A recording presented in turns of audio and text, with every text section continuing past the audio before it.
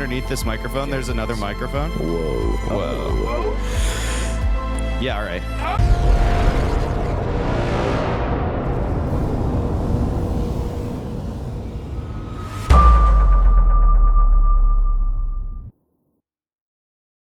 Badger Tavern, where friends tell stories. My name is Josh, and I'm joined by some of my friends. Friends, why don't you introduce yourselves? Let's start there and go this way around the table. Hi, I'm Tyler. I play T-Sev. I am Tyler T-Sev. I play Ronan, and I'm a How do you got us right there? Yeah. I'm a tongue-tied explorer who sailed beneath the Jolly Roger. Yep. Fool. Anyway, my name's Cleo, and I play Jack Flip, the naive AI who entertains. Did you say cool or fool? Fool. I said fool. Fool. You fool. You fool. Well, I'm Trevor. I play Astroodon, who is a lucky explorer, now tier 4.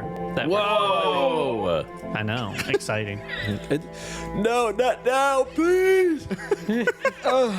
So exciting. There's another one behind that. Hi, I'm Mike, and I play Mark Putty, a clumsy... Are you done? Look at me. Are you done? Did you say... What do you say? You say sorry? I'm Mike, and I'm a clumsy... I play Mark... Fuck! Say sorry. Say you're sorry. I'm Mike, and I play Mark Putty, and I am a clumsy adept who talks to the system. Go ahead, Josh.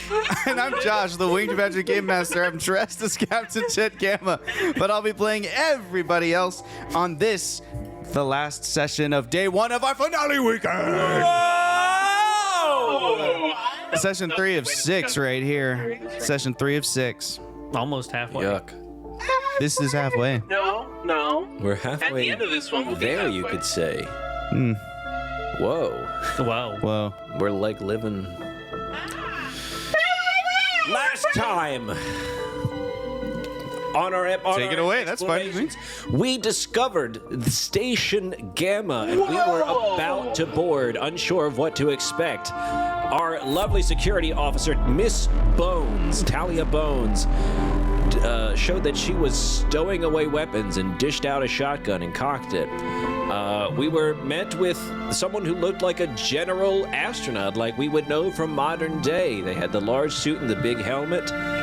And they welcomed us. We had a lovely curry, and we discussed why we're here, why they're here. We were a little sketchy at first, but we came to understand that they are the ancestors of the people who went into space before them, members of the United Kingdom. I don't know the formal name of it. M7. MI7? MI7, the Britain's space program, and they've been out there for a long time. What? What? What? I know. Keep going. Look at me and tell me what's wrong with that. What did I say? Is that wrong? Are they not? No. Get your shit together. We had a lovely curry. Then as we were having a meal with one of the officers, we had some historian come in, but the officer got pulled away because something happened, some sort of ping, someone out there, a potential emergency. We weren't quite sure. We wanted to get in contact with our ship, and so we went to the police, who we hacked into the systems a little bit and got some... he's got too many buttons. We eventually got back to our ship, and we talked to Dean Lagrange, who gave us a little bit more background on the ship and his relationship to it. And while we were there was a little debacle. There was a little tobacco. We had a little smoke. Our little loading tube had a tear, but we all made it in just fine.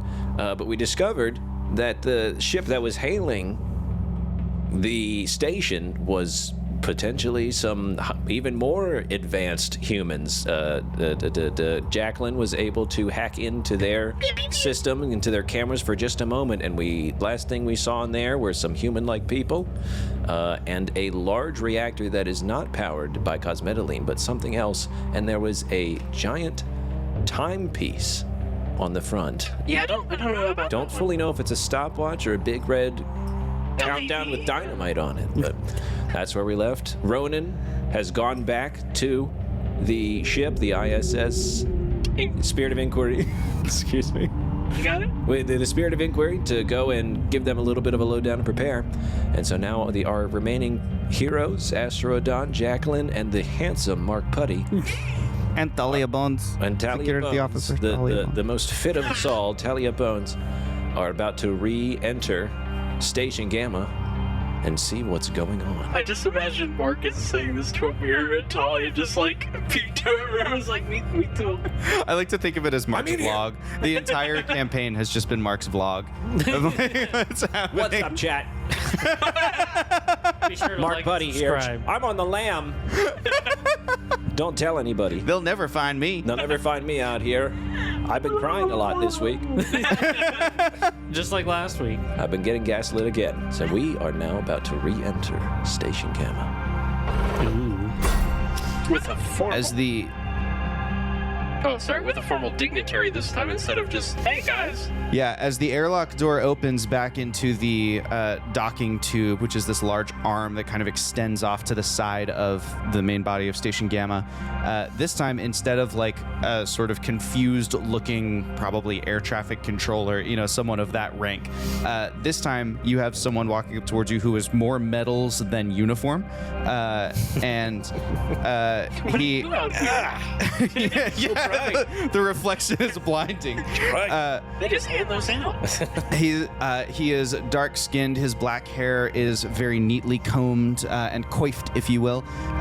He's got dark olive green eyes, and as he strides towards you, his footsteps echo kind of down the docking tube. These kind of metallic clicking sounds as his combat boots echo off the ground.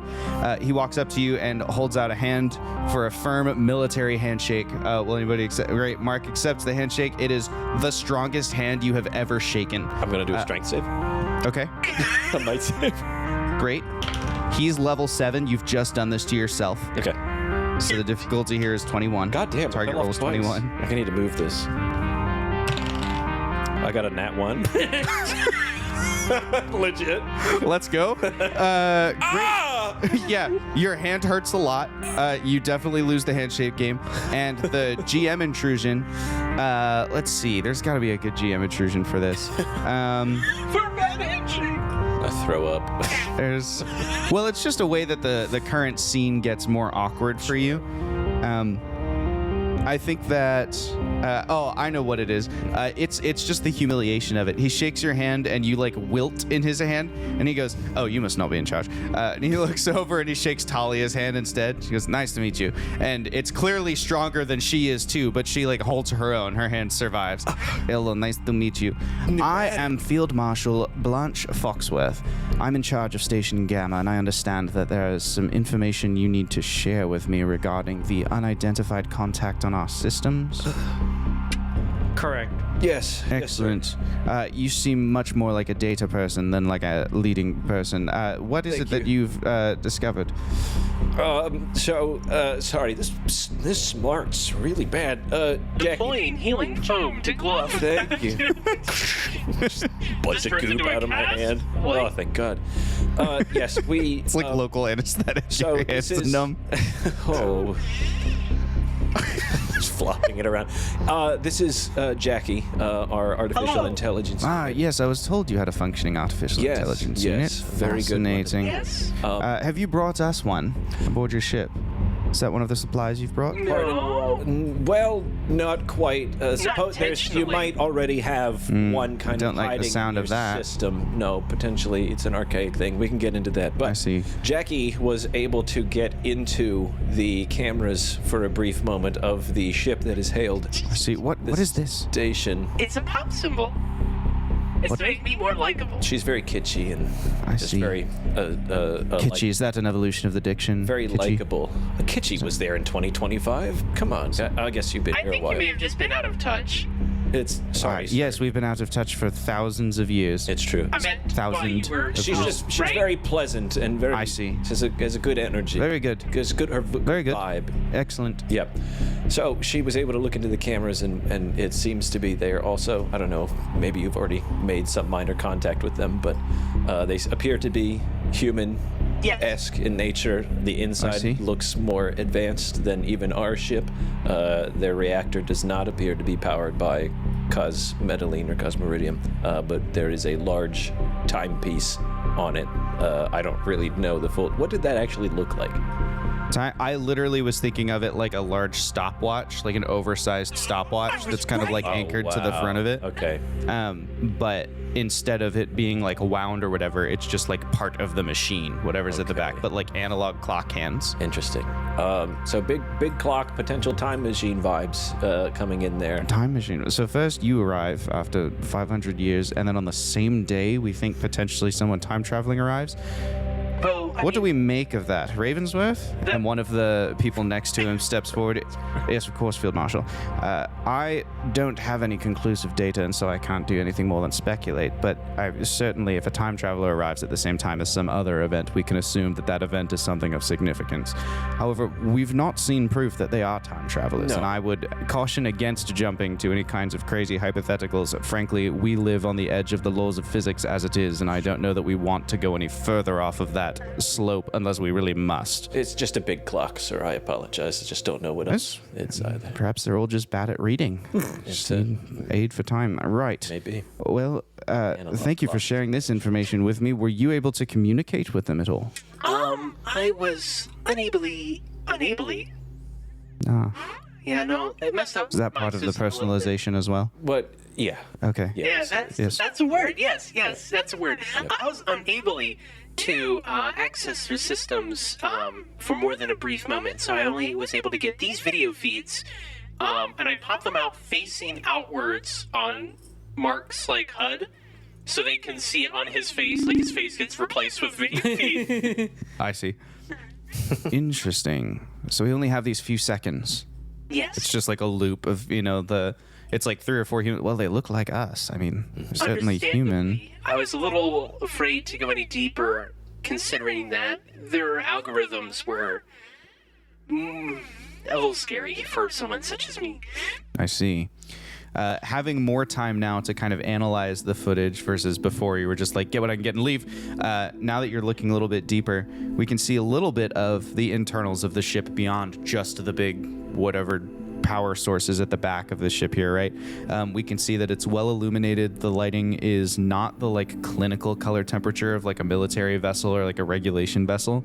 It's more like cozy, warm lighting. The walls of the ship, rather than being kind of like bare metal with safety posters on them, they're like decorated, like there's art hung on them and stuff like that. And you can see 3 people in the ship. You can see one person who is like a tall, lean human man. He is leaning against one wall, and he's kind of like looking at some kind of readout or display. He's got a little keyboard in front of him, and he has tattoos up and down his arms on both sides that are pulsing. You kind of like analyze. You only have a few seconds, but in the space you analyze, they're pulsing around the average heartbeat rate, and you think perhaps it's like tied to the pulse of this person, like bioluminescence. There's also a woman sitting in the pilot's chair who's much more like kind of squat, muscular frame, and she is just like essentially like one hand, instead of like on the yoke of the ship or whatever, is just kind of resting on one of the walls. You have no idea what she would be doing with that hand. The other hand is piloting, like using the controls, but maybe there's some kind of interface between her and the ship. Maybe she's just unsteady, who knows, but she's kind of like reaching out and holding onto the side, and then standing behind them at like a military parade rest, like hands behind his back, is what must be the captain of the ship, just based on his bearing, who has he's kind of like he's not overly muscular, he's not overly lean, but he is like obviously He works out. well, he's obviously cybernetically enhanced. Oh. So there's like different things that kind of protrude from his joints that make it clear that like, oh, there's like some kind of extra hydraulics or something has been installed at the shoulders, at the elbows, at the knees. Like he's got a lot of augmentation to his physicality. So he literally cocks his arms like. I can't. Maybe, I don't know. But anyway, so you see those three people in the ship. Did we Fascinating. get audio with this, or just video? Just the like couple frames. Okay. Apologies, no audio. Yeah. So what do we make of that? Let's take this back to the Situation Room and continue discussing, but certainly I want your feedback as we move, and the whole like kind of group, you know, the whole posse kind of rolls out. This field marshal is flanked by 1, 2, 3, 4 generals. I who are will say walking. our ship was going to investigate more. Yep. They might. You'll ship you mean the small one? No, Let's just take. Our big one. Oh, okay. the one with the supplies. Excellent. Do we have a reliable way of communicating with that ship? It just left. We set up our own array. I don't know how well your systems are going to be able to I see. integrate with it, but we Can we rig this? I could Oh, if I I was do. given access. I got my little communicator. That's right. That I made. We have a simple. I fashioned this out of the communication system on the ship. If you wanted to try and make contact with either of our lead officers. Ravensworth, who was the one that was consulted about time travel or whatever before steps one, goes, that is fascinating machinery. You say you just took something and turned it into this? Yeah, I have my data That's pad. remarkable work. Good job. Thank you. My name's Mark. Hi, Remarkable. Joseph Ravensworth. Thank you. Nice to meet you. Thank you. I'm the general in charge of our science divisions here. That's fascinating and excellently done. The idea of carrying such a long-range communicator in such a small device. I mean, it's nothing. I mean, I'm just a paperweight. Quite impressive. Yeah, it's just like a level 1. It's not. It's nothing. If you do, you want to speak with our maybe after we get in the situation? Or Yeah, I think probably start not comms? out here. Yeah. Sure. Yes. So should I save my thoughts? No, you feel free to process aloud. Well, I am kind of worried that you're right. It's not a coincidence. It can't be for them to show up on the same day we've shown up. And what we're worried is how this all ties together, considering we were given no instructions or knowledge of your station before we arrived. But a member of your crew did know about us, Yeah. I'm Only told. one. Yes. We're unsure why he kept it so secret. Unfortunately, he may also be the one, though admittedly unintentionally, responsible for releasing another AI that potentially has already infiltrated your systems. Yes, you keep mentioning artificial intelligence, but as far as I understand, they're only, for lack of a better term, conversationalists, aren't they? Well, I would Hey. hope. Am I just hallucinating this entire conversation, sir? that we've. I don't mean to offend. Yes, they have come quite a ways. Jackie here is in charge of many of our ship's operational Interesting. things. So what can you do? Assume that you are an entity of which we don't know. Oh, well, do you want to know what I could do party trick-wise, or do you want to know what I could do to this station? Jackie, come on. Well, I think the real threat... What are your core functions? Well, I'm able to take multiple threads of thought, operate on the scale of milliseconds, process algorithms of any sorts, provide my own feedback, make opinions, judgments, Fascinating. Fully reasoning. fully reasoning. How is her reasoning? Mark pauses for a moment. Pretty good. Oh. Pretty darn good. I was just born a year ago. We had an incident, which is something we wanted to discuss with you as well. When we made the jump, with our initial jump using the cosmetally, Excellent. we ran into some My predecessor was destroyed. electronic complications. Yes, I see. There was like a potential other entity that had basically wiped out most of Jackie's functions, and we've had to start from scratch. But Wow. So in 1 year, you've learned all these functions. yes. I've learned most of them, and I would think the rest have just come to. That's impressive, too. I think we're going to work together quite well.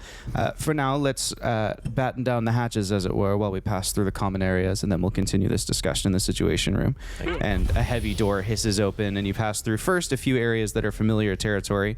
There's like that kind of big entryway. There's the food court space, and then into the larger sort of, it looks like the inside of a mall. And then as you move from there to the next segment of this particular level, you pass through, it's like city blocks, right? So each one has its own kind of distinct character to it. But in this case, Blanche Foxworth is leading you to the central, Tower? tower or pillar of the space station. And when we get there, he says, all right, you won't have standard issue harnesses here. Use these temporary ones. And he opens a little hatch in the wall and pulls out a few. They almost look like rope climbing harnesses. But he, hands each of you one. They go on simply enough. And he says, I assume you can attach Jacqueline to your suit in some way, yes? Yes. Okay, excellent. Plug her. And so you Just add chuck the me harness, down. and then as the rope kind of moves by, there are just like small steel cables with really large D rings on them that go by. And so he grabs the D rings, he grabs the carabiner on your harness and just boom, clips you in, and it takes you away. And so he sends his generals first, and then you all get kind of launched with them. It's a very it is, there's momentum change, but it's a 0G environment. So it's not like it's, it doesn't whiplash or anything like that. You just suddenly you're moving and you are kind of launched. And it's a pretty long trip. If we look at the station here on the map behind me, where you entered is, you see this yellow truss that sticks out to the left and right? Yeah. Those are the docking arms. So you've entered through there, gone to this central area where there were a couple sections in that pillar, and then when you got to the base center, you were traveling the whole way to our left here, up the length of the space station, the whole way to the front kind of communications array, which is that sort of plus-shaped The whole way. connection of, it's not a cockpit, but if there were a cockpit to the space station, this would be it. It's all monitoring instruments, security panel readouts. It's command and control is what's happening up here. So you head up to the CNC space, and the doors open again as you enter into this new area where there's much more happening in here. There are computer monitors humming and buzzing. There's the beep of different machinery. Mark, it almost feels like entering into one of your server rooms if your server room were at the center of the bridge, because there's also lots of people talking. There are different individuals. Everybody's got on those big gaudy headsets, and they're leaning over and kind of like communicating with each other, as well as checking in with probably different levels of the station, monitoring different things like that. Each of the generals clearly has an office around the outer edge of this command and control space, and then Field Marshal Blanche Foxworth has like this large conference room or their situation center. And so he steps into the situation center, holds the door open for all of you. This one does not slide. This one is on a hinge and closes with a really satisfying like mahogany click as the door closes, and he throws the deadbolt. He says, all right, we are now in what we would consider a more classified area, and we can speak freely here. So, sorry, you were telling me about Jacqueline and the capabilities, but before that, you said there were more things that you speculated about. You had a member of your crew who sort of knows about us, and something maybe that you had hypothesized about the unknown entity. I mean, yeah. Well, we don't know too much about what our what is Dean's title? Compliance officer. Our chief compliance officer. He's very good at his job. He's very good at his job. We don't fully know what his. From the Department of Compliance, though. Yeah. Yes. Yeah. There is no in our solar system. There isn't a Department of Compliance. Okay. But clearly, this guy thinks there is one. Okay. I mean, I truly he scares a lot of us, so we don't really. We're not sure. Not really sure what he's fully a part of. He's quite secretive. But I see. There But he was holds the same title as the captain in terms of authority. In terms of rank, yes. yes. Rank. Naturally. So yes, there is another potentially dangerous artificial intelligence that has an instance of itself with somewhere within your systems. At least it is admitted as much. Yes. Our Officer Lagrange advised us to try to remove it as he said, it was a very literal and logical machine That is could. reasonable as me. Well, far be it for me to stand in the way of the Department of Compliance. If you see an opportunity to carry out that order, by all means, do so. Thank you. I'm not sure I fully understand what you mean by in our systems. We have a very basic network in place here, and then a more secure closed network for the command and control space. We're not sure. There's So a problem. we would have to try and enter it ourselves. I see. And see where he might be hiding, because we don't know the full details, and our compliance officer, Legrand, does not Unfortunately, either.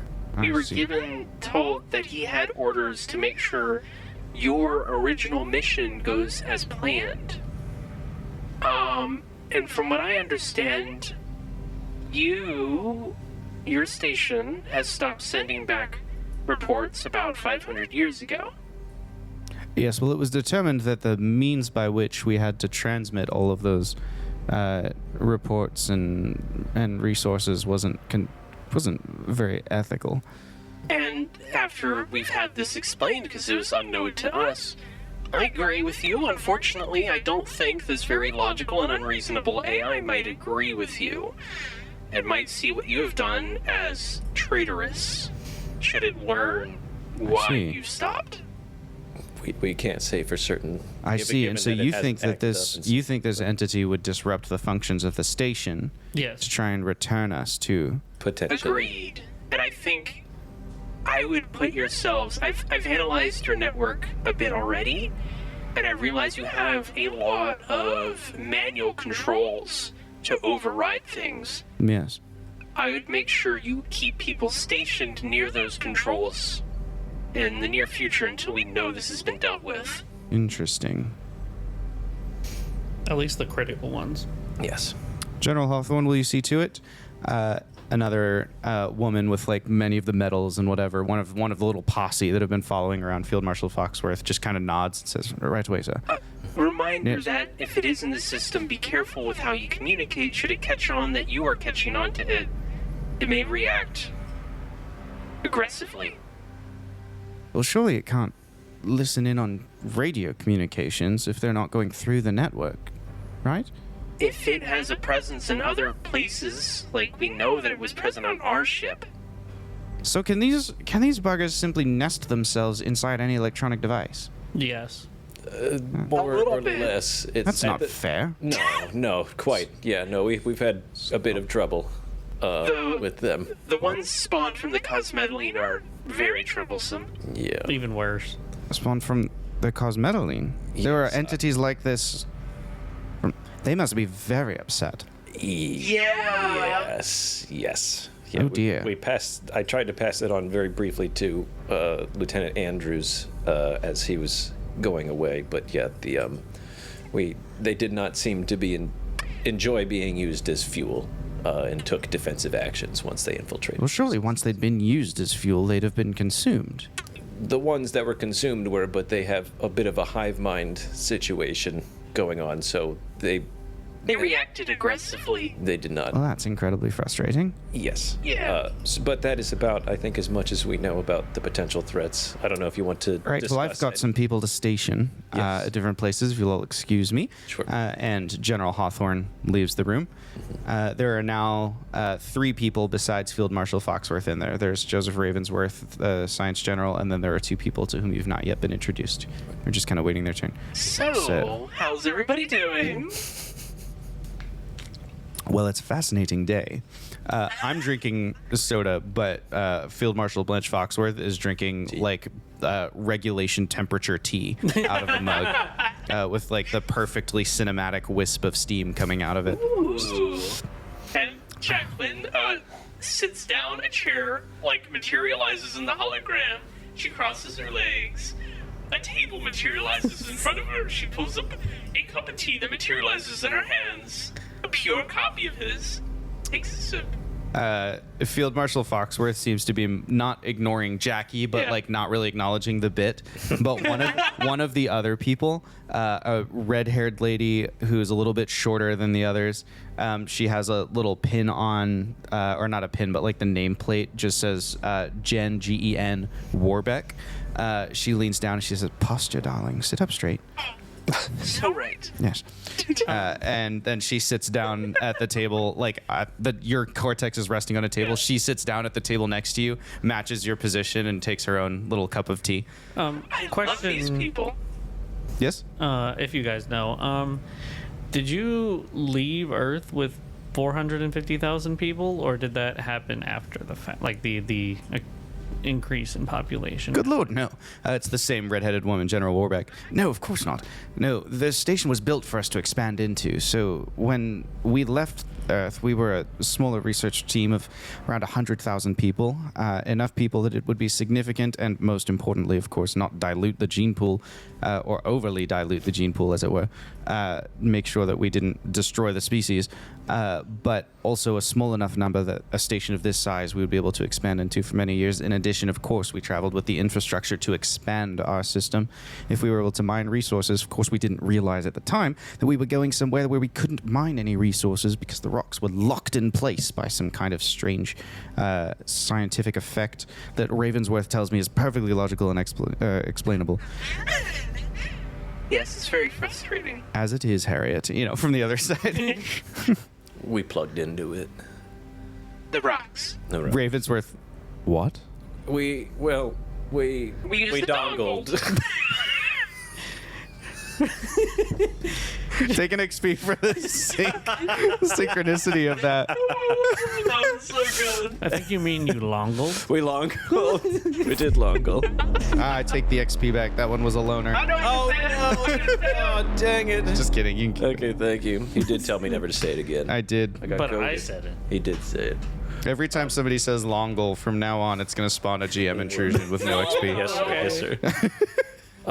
But anywho, would you care to speak with our chief officers? Of course, we'd love to, but I think in the meantime, if you've got any documentation about what you've observed, it might be helpful for us to Sure. coordinate it with our own. Yes, the dongled stuff. Yes. So, Jackie, would you I do have some of the materials on me that we collected on the way back over here. Excellent.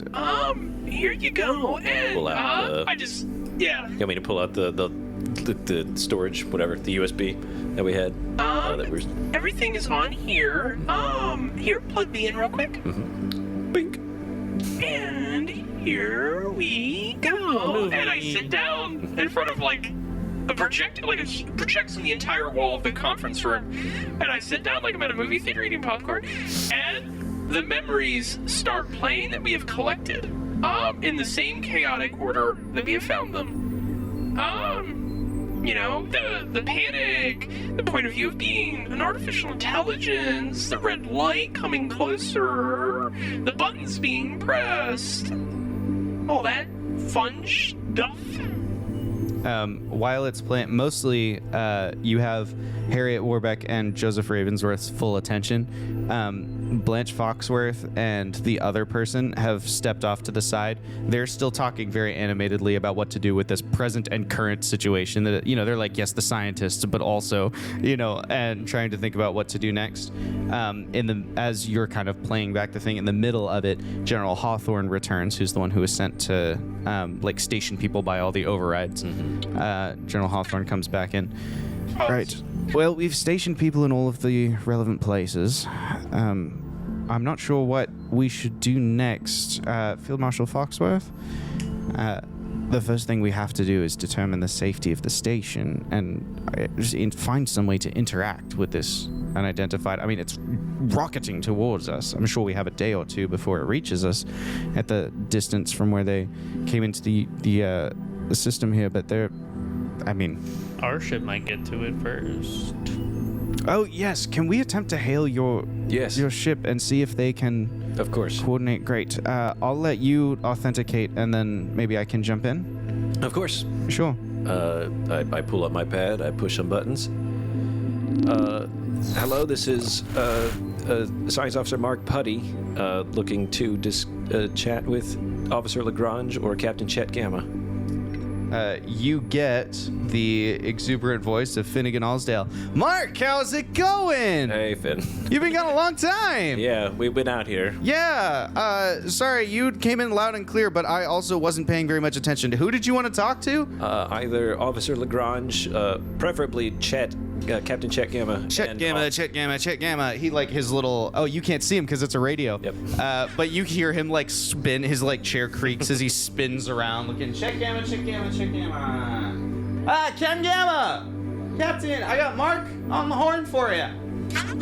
Yeah, he's calling on a radio So unofficial. for some reason. Yeah. No, I know we're supposed to be, but he was wanting to talk to you. Yeah, to your office. I'll patch it. All right, we're gonna patch you through, Mark. Thank you, Finn. Yep. Hope things are good. Appreciate it. Yep. It's Miss pretty you, buddy. crazy. Cool. Click. Love and you. he like hits the switch and it patches through to the next one. I hope the love of you gets cut into Chet's office. Hey, Mark. Feel great about you too. Hello, Captain. Yeah. What's going on? Tell me the latest. Well, I'm not sure if you've been fully updated, but we are currently on Station Gamma. We are here. But I can see your dropship. Yes. Ronan is on his way back. By himself? Is that why he's doing all these loop-de-loops? Yes. Yeah. Is he doing? We didn't really watch him as he was going, but he's probably very excited to have free reign. Yeah, it's too bad I can't send you a video feed. It's hilarious, but kind of gratuitous. He doesn't get a whole lot of free time like this, sir. He's the chef. Surely he gets free time. So Not to pun. Okay. this you could discuss it with him when he Right, but yes, absolutely. so we are here on the station. I don't know if you've been updated on it. Not entirely. Dean told me you guys found something, and he explained that we had some need for a lockdown protocol with external communications, which reminds me, where's this one coming from? Because we've shut down all the normal incoming frequencies. I had fashioned a simple communications device with what was on the ship, so currently I don't think you'll be able to hail Ronan. I see. So you tinkered one in. Yes. I see. Okay. Right. Well, that's very resourceful of you. Thank you, sir. Yeah. Okay. So my understanding is just that there's something kind of intense happening, and we needed to take some protective steps. And Yes. Dean wanted us to reposition so we could get a better look at something. He's got Adelaide in the compliance department right now helping him out. Yes. So on top of the station that we have discovered and come aboard, there is another vessel ways out that is hailed. We've gotten some simple footage of the inside. It appears to be more human-esque creatures. We're not entirely sure, human people, but with what appears to be more advanced technology than even we have. So to be entirely clear about this, Yes. you are on board like a man-made space station right now. Yes, sir. With other From humans. From 2025 Earth, yes. From As a part of a program with with MI7. It's a lot. this is a lot. It is a lot. You might want to get Officer Lagrange on the horn as well. I think I shall. Yes. What But about the supplies? we're apparently here to deliver supplies. Our fabrication department is modular, and I think we have a lot of raw materials that I believe we're supposed to be. Again, you're going to need Officer Lagrange on the horn, but I also have some of the head officers of this vessel if you would like to discuss with them. Leaning over your shoulder, the field marshal just reaches down and kind of asks. He's not just yanking it from you, but like, can passing on. yes, hello, Captain. This is Field Marshal Blanche Foxworth of the HMS Deep Space Research Facility Gamma. There's a lot of questions that have arrived for me today, but the most significant one, and the one I'm hoping you can assist me with, is that there is an unidentified vessel in apparently the same section of space that you and I both are currently residing in, and it's zooming its way towards my station at, frankly, a rude speed for someone who's not responding to any kind of radio hail. And I was wondering if you might be able to get any kind of more information about it. It's moving so quickly that our sensors and cameras can't even quite keep up with it. I see. Well, hello. I'm Captain Chet Gamma of the Spirit of Inquiry, and I guess I'll get someone on that. That's probably what my compliance officer is doing. Ah, yes, a compliance officer from the Department of Compliance. That would be perfect, actually, if I could speak to someone in real authority. That would be awesome. There's like one of those really pregnant pauses. Captain Chet Gamma goes, "Real authority? What exactly do you mean by that, Field Marshal?" Well, I simply, meant that, the Department of Compliance, obviously a governing body that supersedes other governing bodies, coordination between all local governments and all that. I've never even heard of the Department of Compliance. Dean Lagrange is an old guy who works for the Navy. And, well, that sounds to me like a cover story, Captain, but I'll let the two of you resolve matters of rank and file. I would love the opportunity to speak with him, and I apologize if I've given any offense. It was certainly not my intention. And after a few seconds, Captain Gamma goes, yeah, all right, that's fine, whatever, I'll forgive you on that one. Dean and I have a lot to talk about anyway. Let me see if I can get him. Get all three of these guys on the phone right now. All on the phone. Josh for 30 minutes. Just have fun. We all eat popcorn. At the end, I'll make you all roll to see if you had fun. Yeah. You hear there's just some background chatter as he hands off the radio to Finnegan and says, take this to the compliance department, give it to Dean, make him do it, and he like goes down. So there's kind of a long wait. In the entire wait, Finnegan is humming to himself. I start adding like some like. In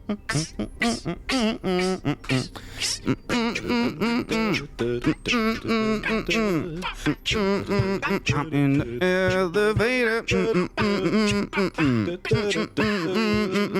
Hey, and then you hear some knocking. Ding, ding, ding. Hey, Dean, Officer Lagrange. Lagrange? I think it's Lagrange. Officer Lagrange. Hey, buddy.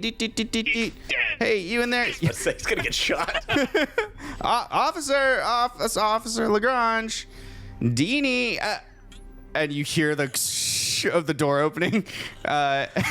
Dean. I'm saving that one. I'm supposed to bring you this. Yeah, Brig. Yep. Mm-hmm. Oh my God. All right. And then his voice like fades out as he walks off into the distance. For Deanie? Hello. Brig? This is Officer Dean Lagrange. To whom am I speaking? Yes, this is Field Marshal Blanche Foxworth, and I understand we have a lot to discuss. And this is the point where I'm going to just turn it into background conversation. Yeah. They have a lot of details to exchange that we already know about. Yeah. Okay. They also have some things to talk about that you didn't know about, and you are in the room as... Where it happens.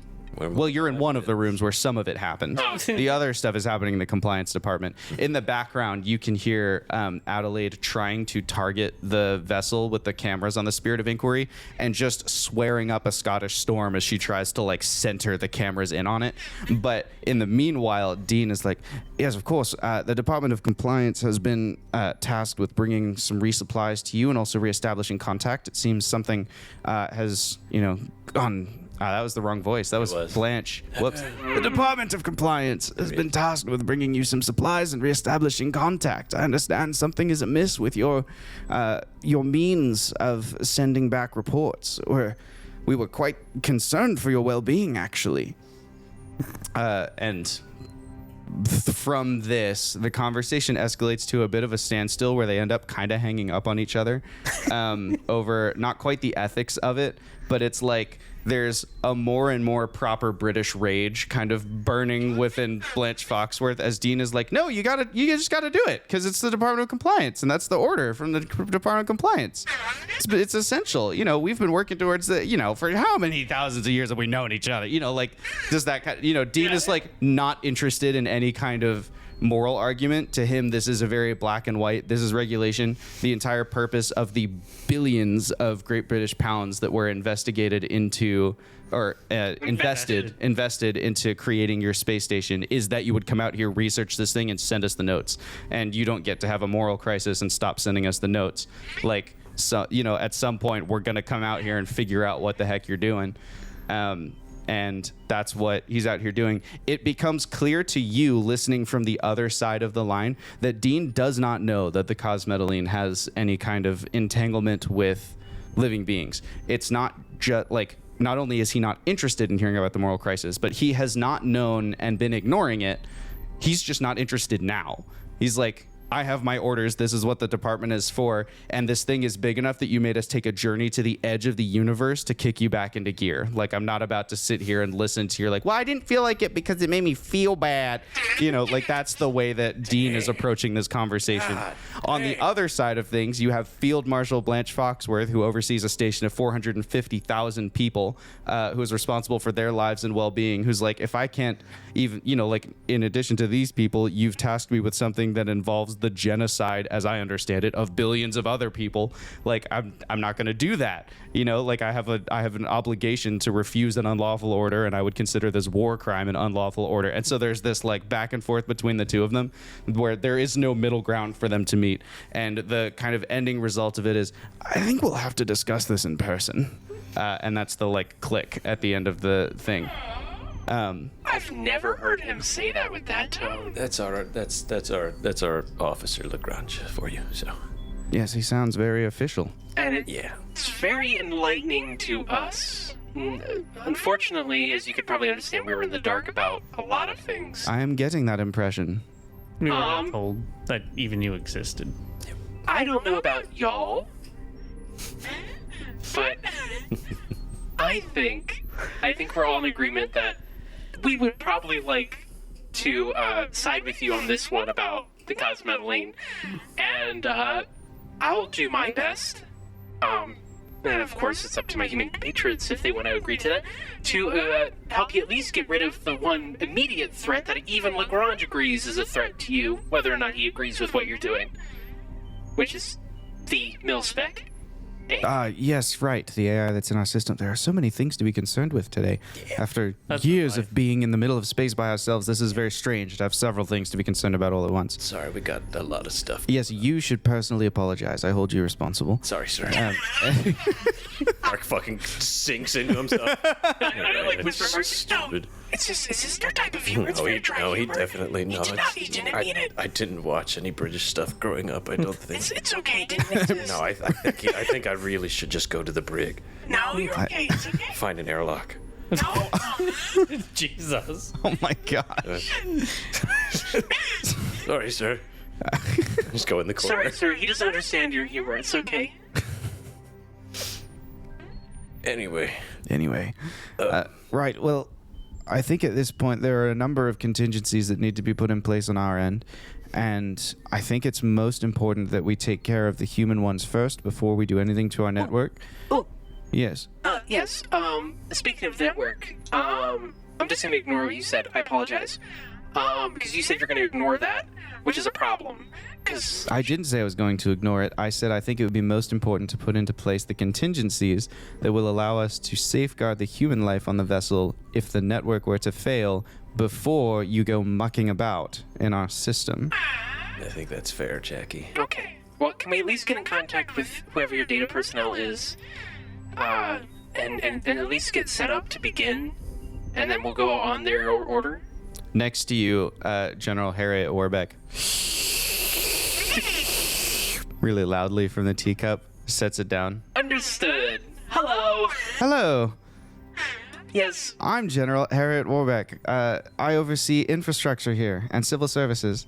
Well, on orders received, eventually I'm going to need access to your infrastructure to root out this rogue AI that could be literally considering the structure of your network anywhere at all at once. That makes sense. She completely takes it in her stride. But yes, I might need, if you have any write-ups, I guess, since I don't want to muck with the system. Of course, I think we should probably take this conversation to the scientific precinct. Sure. Sure. As she's kind of talking to you about that, I don't know if you want to come or if you want to be. I mean, we've got a while at this point to wait those contingencies, and especially if we're going to put into place every human override contingency, it's going to take a while. And in the meantime, you're welcome to explore the station, or if you want to get somewhere to rest, I'm happy to arrange accommodations for you if you want. I did see a gift shop, which I'm not sure why it exists in such a place, but I did thought it was lovely. Can still give gifts to other people. There's Yeah. 450,000. It's a city. Or Not everybody goes to the museum every day. I guess it's fair. Yeah. Yeah.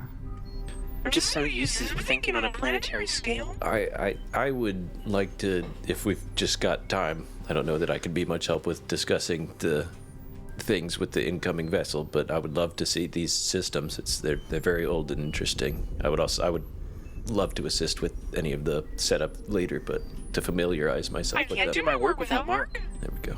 Certainly. No problem with that. And what about you, sir? Do you have a supply warehouse? Do we have a warehouse? 450,000 people live here. Of course we have supply warehouses. Are you just Plural. looking to tour them, or what's... Yeah. Okay. It's gonna be a kid in a candy store. We can Got certainly all the arrange... old style screws. Oh my gosh, they haven't used these since the... I add them to my collection. Yes, of course. We gotta update all the screws on this ship. Good lord. Downdate them all. Yeah. We'll update them to the new ones that we use on our ship. Oh, you're saying on Station Gamma you want to update them all?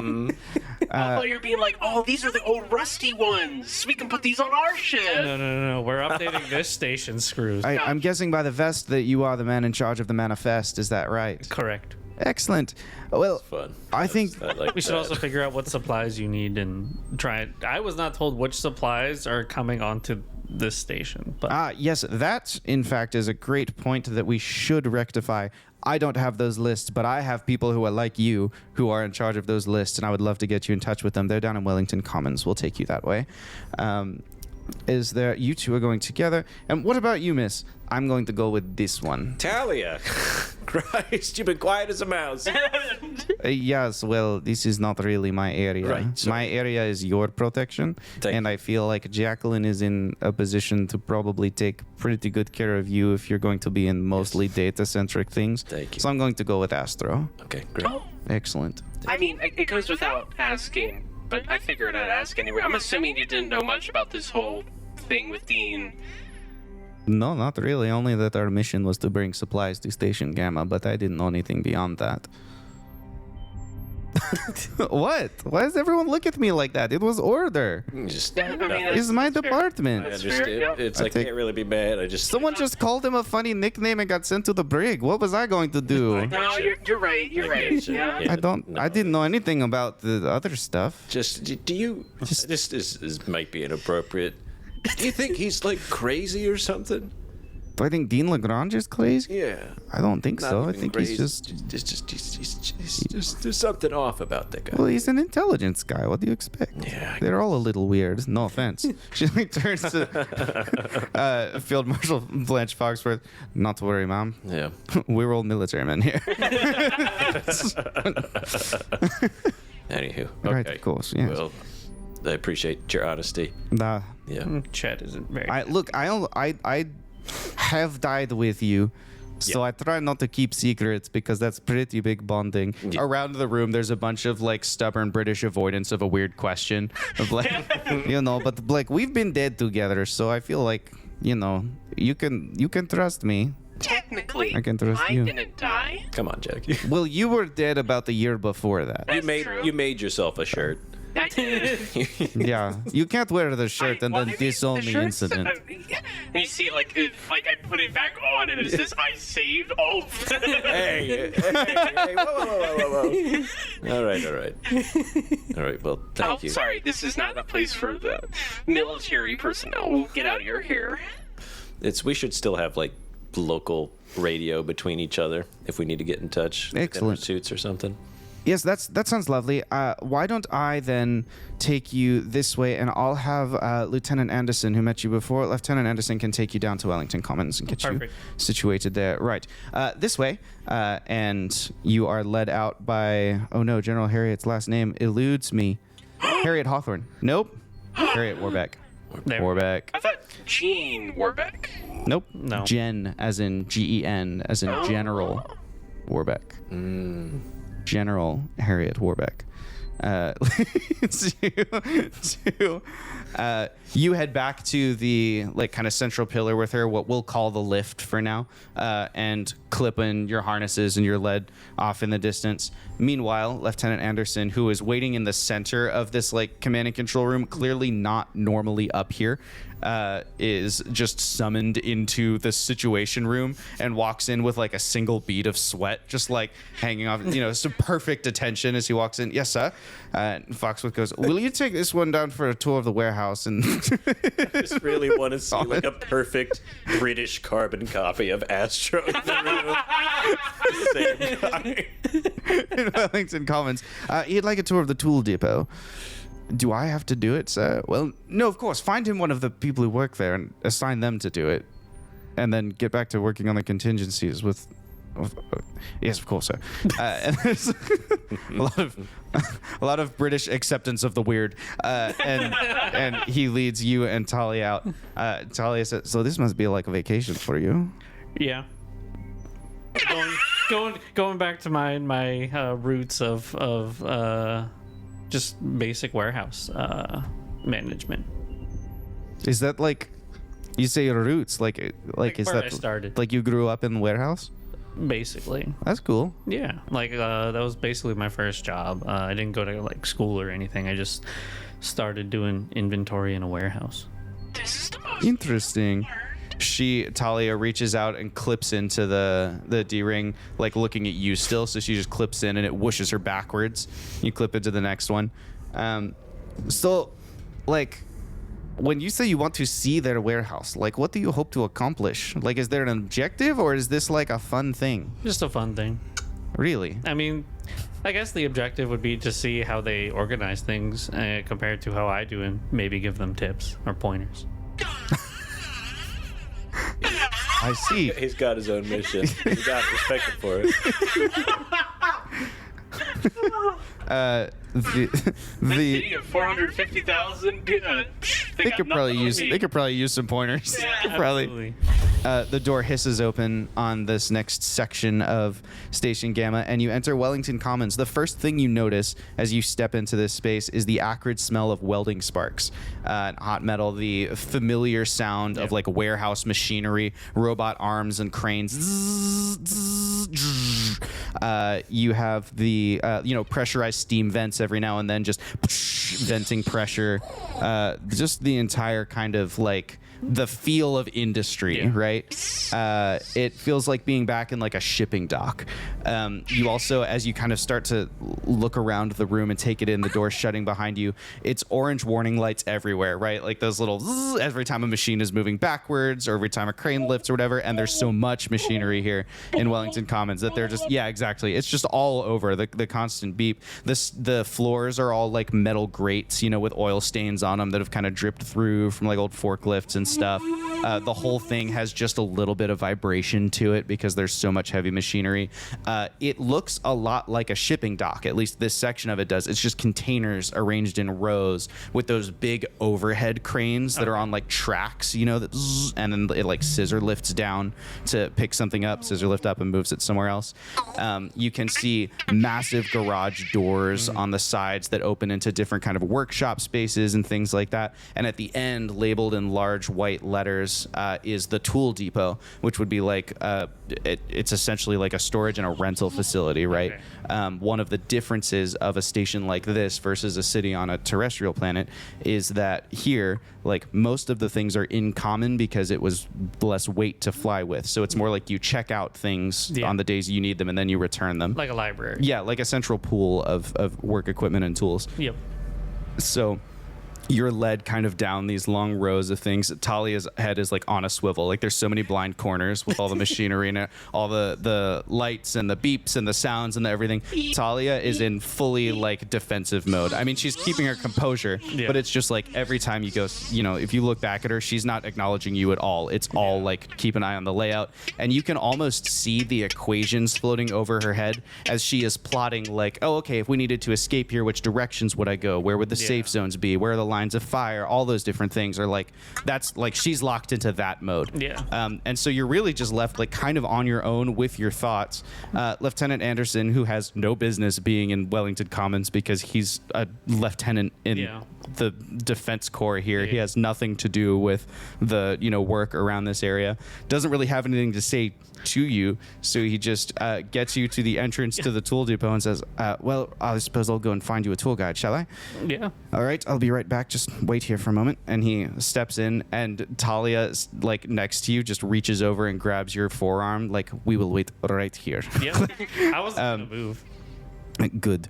A few moments go by, and then Anderson comes back, and there is someone accompanying him who is just like Astro. High-vis vest, clipboard in his hand, white hard hat, He's got a fantastic set of mutton chops. He's got like long steel-toed work boots, like the knee-high work boots, so that the oil stains or whatever don't mess with him. And then the orange, like the orange kind of like jumpsuit underneath of it. He walks up and says, hello, Augustus Pemberton. Astroodon. Fascinating. So what brings you to our lovely neck of the woods, so to speak? I am our ship's supply officer. Manager of the Manifest, are we? Perfect. Well, you'll love this place. Are you here to begin work, or are you just visiting? Little visiting, and also we have to figure out what supplies you guys need versus what we have. Ooh, excellent. We have a list of shortfalls. Let's go this way. And he just leads you on into the tool depot. There's so much to see for a person like you, and there is nothing to see for someone like Talia. You spend easily an hour in front of a wall of kinds of bolts and washers. Love it. Tiniest drawers.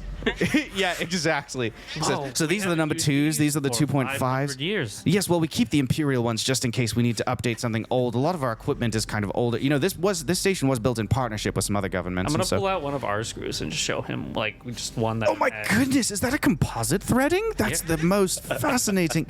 So, what application would you use this for? And where would you compare it to? Hang on. He's like pulls open a couple drawers, like one of these that has like the more stainless threading. So these screws are used for the panels on the inside of the ship. Tight shot of Talia, just absolutely miserable. And so if you can see, the threads on our screws are like multi-threaded, so these panels don't come loose ever. Oh, I see, because of the multi-thread. But then, how do they lock into place? You see this little bit when you tighten it all the way, it like swivels out. But wouldn't it be so easy to overstrip that screw? That's always the danger with a multi-threaded screw, right? Is that if you put too much torque on it, the whole thing falls apart and it just pulls right back out. The tools we have to screw them are like precision. Oh, I see. Well, as long as you don't screw it up, am I right? Exactly. Yes. So, shall we? Kids, guys. Come on. Your wife's gone. We don't have to think about her here. No one even knows the station exists. Astro, while they're walking, will pull out his safety glasses and then hand Talia a spare pair of safety glasses that he carries. Talia takes the safety glasses and puts them in a utility pouch. Would you happen to have any extra hard hats? Oh, yes, of course. We have a supply of hard hats. Let's head by that. In fact, on the way there, I can show you all of our different security vests.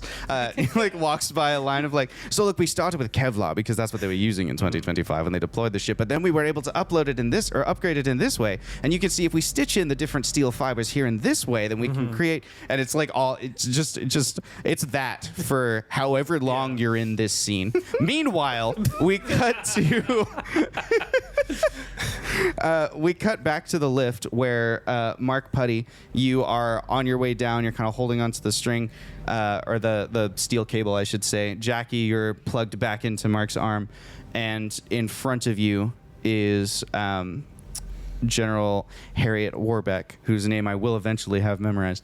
Harriet Warbeck, who is leading you down to, it's not quite like a basement, but the level is like level B6. You know, like it's really far near the end of the station. Again, if we look here towards the boosters, there's all these like supply pods. Just above those is where infrastructure is housed, so that it's really close to where like the oxygen and that kind of stuff is stored.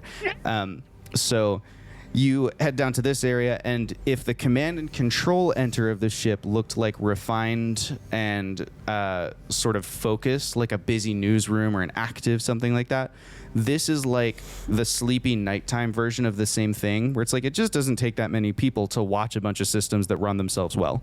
Right now, there are more people than normal, but the systems are all running themselves well. There's no warning lights, there's no anything like that. So it's a bunch of people who are just, they're at their desks, but they're maybe not working at their desks, so to speak. So it's rings of desks around a large carpeted room. The ceiling's pretty low. It's, fluorescent lighting. It's kind of more generic and like office-y, cubicles and whatnot. There's some fax machines on the walls that are printing out regular reports of like system status readouts and things like that. And there's someone whose job it is to take those and put them in the filing cabinet. And it's like a lot of the kind of miscellaneous office-y things. Yes. I log into the Wi-Fi with the historians. Yeah, as the historian. Little bunny. And I just start printing out bunnies every other page. One every 100 pages is just a little bunny. The first bunny that prints out, you see somebody go, that's not right, and pull out their computer, and your username is deleted. Whoa. They're on top of it. Maybe we don't need to do anything. They might have it covered. Right, so I'll bring you over here to one of the admin terminals and we'll get you connected into everything. We are going to have to do some small verifications in terms of like tagging, creating accounts for you, that sort of thing, so that we can track your own behaviors in the system as well. Not that we don't trust you, but of course, trust and verify. So if you'll just come this way, and they do like, there's a little bit of like a fingerprinting, and you know, they take a retinal scan of Mark and that kind of thing, and they do something. It's not quite the same for Jackie in that you're like a digital entity, but they force you to make like a you have your like 4 security questions, and you're like they add in some authentication and stuff, the stuff that in 2025 was like pretty good. They do that stuff, and sort of get you arranged and set up there. And then she says, right, do you need anything from me at this time, or is it best if I just kind of leave you to your work? I'm not really sure what a system diagnostic of this style looks like. Well, I guess you can kind of just leave it to us. If there's someone around that we could just ask basic questions if we come across anything that we have trouble figuring out. To be fair, this system is very different from ours. Yeah. Data networking has changed completely in the last...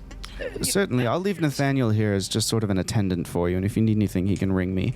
And you see a person who's got just like the same kind of nameplate. It just says Fairbanks on it, and just steps into the door and just kind of sits down in a chair and says, right, if you need anything, I'll be here, but otherwise, carry on. And he flips open a magazine. Thanks, Nate.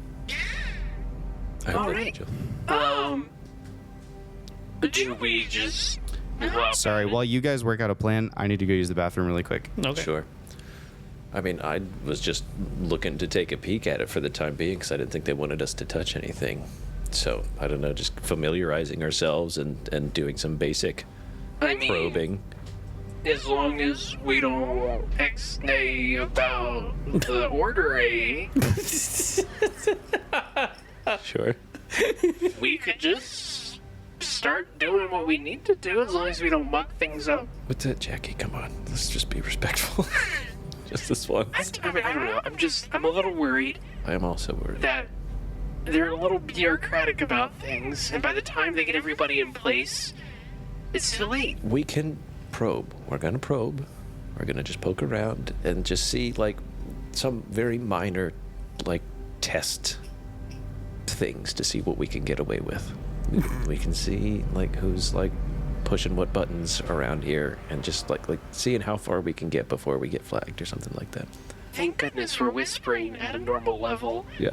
And Nathan is really engrossed into that magazine. Looks really pornographic. Yeah, I didn't think he would be able to bring that. I mean, I'm sure, surely it can't be anything. No, I mean, it's just from here I see a lot of It's tasteful a lot side food. it's a lot of skin. A lot of skin. He's reading it for the articles. Astro? I made a face in the middle of that. Can we just ask Dean to interrogate Milspec a little bit to see what it knows? I don't know if that'll trigger it in any way, if it's any proximity where it might start doing things, but he had it like contained and was able to cut you off from a conversation with it, so presumably he's able to like do something there. What worries me was that it started interrupting our conversation with Dean. Right. I mean, we could, but I don't know if it would get much done. I don't know. I don't really know how best to tackle it, but I guess we can just try and do a basic scan of the whole thing as far as we're able to. Hello? Astro? Yeah, I'm just testing. Yep. How's it going up there? That's going great. Yeah? They have really old screws. That's incredible, man. I know. I'm really happy for you. How's Talia doing? How was Tully doing? Fine. So dead-eyed. You can ask her. I don't know that I don't know. I can. imagine. I don't want to interrupt I don't her. really- I don't wanna I'm sure she's very busy. Mm-hmm. Yeah, sure. Let's go with that. She's got stuff. Is there anything we can If you guys, I don't know if you're in contact with Dean, but if you can get a list of supplies that we were supposed to send over, that would be helpful. Sure. But otherwise, me and their supply officer are gonna try and piece out what they need. Top of our priorities, I assure you. Yeah, I'll try and we'll try. He seemed a little grumpy after the last. He did put somebody in the brig. He did put someone in the brig for calling him Deanie. I'm remembering that one. What's up? Please, to sounds not like- do it or to what? A little teasing. You're not gonna get us in so much trouble. Well, I might get myself in a lot of Who did he put in the brig? the communications fellow. officer, Finnegan. Finnegan? Oh. Yep. He's always a chipper I know fellow. the crew. What's that? I said I know the crew. You do know the crew. You've got the full manifest. Yeah, and they're psychic valves. Yep. Yeah, he's like the opposite of Never Dean. got Dean's. Actually, I never actually got anybody's psychic valves. I had to make them up. You did. You didn't get that? They never submitted it. Oh my God, that's right. Still? We've been out here so Yeah, long. canonically, it keeps getting brought up, and it's every time it's get like that. it still hasn't submitted it. Yeah. Okay. You just make up your own. I did at this point. So I probe into their systems and I delete MilSpec pretty immediately. Actually, genuinely, that was a nat 20. Why Oh, would you save waste it, a save nat it. 20? Damn it. Huh? Save it. No, save it. Let's, Save it. yeah. Yeah, that's your Okay. initial roll. Josh, You know- what do you think? Yeah, that's good. I can't look at too much over here. Yes, you guys win. We solved the puzzle. Yeah, anyone want to make a roll Yeah. Right, make or it. anything you want to know? Oh, it's I got a 16. okay. What do you You're in wanna charge of the department now. Oh, I'm in charge? You're in charge of all of their stuff. You're able to replace every screw on the vessel. Heck And they yeah. don't care. know? I rolled an 18. Okay. You are in charge of the universe. We did it. Good Yeah. job, team. Yeah, you perfectly blew up that other ship or What found is out what its is origin. Mark's ultimate goal? What's that, Mark? Yeah. 'Cause you rolled Mark, a can you 20. roll? second. Josh wants to know what you. You rolled a 20, so you get what I would like to be free from depression. There you go. Is that okay? We've cured depression. There we go. Yeah, you don't feel sad anymore. You never feel sad. Everything's always good. You have the confidence of a god. Yeah, you've got so much confidence. You go back to the ship and you punch Dean in the mouth, and everyone applauds. He's back. Yeah. Everyone.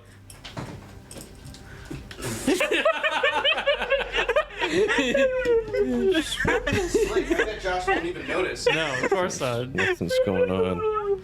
That was. Oh, that was a really Wait, good. Josh, bit. when'd you leave the roof? We weren't writing a fanfic or anything. Certainly. So didn't- MilSpec's we didn't- gone. Yeah. We got it. rolled We for won. it. We got him. Pretty He handily. rolled a nat 20. I rolled an 18. Yeah, we had a great diplomatic talk with the Cool. people coming in, and they're not going to cause any problems. That's Yeah. sweet. That tracks. Dean exploded. Oh wow. He actually, his point of view exploded. He's had a very wide change of heart, and he actually loves everybody. Yeah. Yeah, He Mark cured apologized to depression. everyone. Yeah. What's that? Mark cured depression. I did cure depression. Wow. it's done. No one feels sad anymore. That's a lot to achieve. Yeah. yeah. Yeah. And that I was away. Genuinely rolled a nat 20 to get rid of MilSpec, so you do. You do, yeah, you need That's to- crazy. Need It's to. crazy that you rolled that. It's too bad that there wasn't a roll that I called for. He actually did, though. Wild The to thing is, you did. You were right there. We have it on We all footage. heard it. we have it on We footage. have it on footage. Yeah. Let's pull it out. On footage in K4. yeah. Yeah, at least do You pull out a reel. Yeah. I'm pretty sure it's one of these I think, frames. yeah, that's the exact frame right there. If we move fast enough. You saw it too, chat. Yeah, chat was Yeah, right there. chat was- Back us up, chat was there. Chat has- Chat I see. was going crazy. Did you enjoy my list of British names? What I didn't look too deeply. I saw Oh. it look like names, but I didn't want to potentially surprise myself with anything that I wasn't supposed more to. than half of my DM prep was coming up with just over 400 proper British sounding names because I was like, there's no, it will completely destroy the immersion of a only British I space was- station if I don't have British names to On the pull out. on when we were first coming in or going off to do something, I did just want to talk to a random guy. Yeah, I got them. I It's- got random yeah, guys. That's great. Got What's tons your of name? them. What's your name?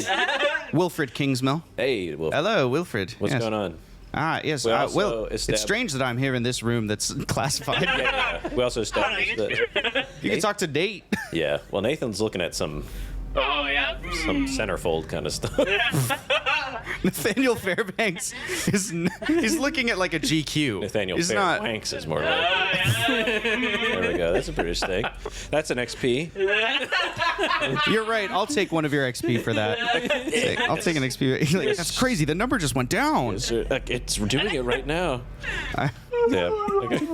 Right. So did you come up with a plan? I mean, we're just going to do a basic probe of the system if we can, and like We're kind gonna of do a just do probing soft pokes, soft system Probe and testing. poke, if you will. What's that? Probe and poke, if you will. Probe. and Why'd you poke, look at yeah. me when We're you gonna said that? Do like a initially? basic I scan. don't know. I was hoping maybe you would engage with it. Yeah. Don't look at Astro. Astro is busy counting screws and Yeah. looking at thread They're patterns. very and, important. having a great Don't take time. me away from my work. and over here we've got the coarse ones, and then on that side, that wall is actually of our fine threaded ones over there. Oh. So, and just wait till we get to the things that aren't screws. I just look at Mark and I imagine that's Talia's face in the moment. Just. This is harder than any battle she's ever been in. She's fighting for her life out here, even if we don't know. Yeah. Great. You're going to go ahead and access this network. You're going to take a look for any evidence of mil-spec. No actions, just taking looks. Just looks, no actions. Just doing a basic kind of a system diagnostic. What's the like a pressure test? What am I trying to say? Like a benchmark? No, I work in a pressure test? cyber. Like a pen test? Like penetration testing for networks? Yeah, pretty much. Well, a penetration test wouldn't take very much effort since they gave you a login, so you can certainly penetrate the network in that regard. Okay. Brilliant! Yes. Let's see. I'm going to say there are some things you can learn without rolling. For everything else, there's MasterCard. Okay. For these first things that you can learn without rolling, you've been given... I don't know why that got me. It's probably because I wasn't expecting the joke either, so I just realized it and had to get it in there before the Really moment was came out gone. and moved on. I really Yeah. liked it. You are in one of the larger networks of this station, so it's not quite as cut and dry as you originally thought in terms of there are several completely disconnected networks from each other. So it still is not like a data sphere. There's no nodes that are linked to each other with countermeasures between them. The countermeasures are air gaps. Like, you can't get from this system to that system because they don't talk to each other. So for mil-spec to have infiltrated all of them, it would have to have jumped, like there would have to be an intermediary, right? Like I'm going to remote into the network for my home computer and then I remote into that other network or whatever, like something like that. Or I plug in, this Ethernet cable, I get infected, I plug into that one with an Ethernet cable and the infection continues, something like that. So that's the first just immediately apparent thing about their network architecture. It is ancient network architecture by your standards, but it's good for the time that it came out. They're managed networks. They all have different levels of permissions. There's traffic control in terms of like prioritization, which packets go places where. There's effective firewalls on the computers themselves. So all the stuff that grew up into data spheres, like the bones of it are here. But at the same time, because it's just a network, so it just has the one router, that's your node, right? There's a router somewhere in the center of it, and then everything is just spokes of a wheel off of that. If mil-spec detects you and wants to hide, it just has to pick any computer to go onto, and suddenly that becomes, it's like you're standing outside of an apartment building and all the windows are on and you have to pick which one to look in to spot them, right? Like, it's so much available information because everything is connected this way that you can't process the way you do in a data sphere where you can easily segregate things and you get a sense of like, well, what's the character of this kind of functionality? This is more like somebody's closet or attic that they've just been cramming stuff in for like 40 years. It's like everything that keeps this station of 450,000 people running in whatever particular aspect this network manages is all here. So it's a lot of data to comb through. And it'd be really hard to do it algorithmically. Like the N+1 type of time frame that you might be on would be, we're talking a scale of impossibilities. You will probably have to draw mil-spec out. I guess I was about to say. Nate, can you give us a sec? Yes, certainly. Do you need me to? No, you're good. Just give us a sec. So just stand outside? Mark, we are so far.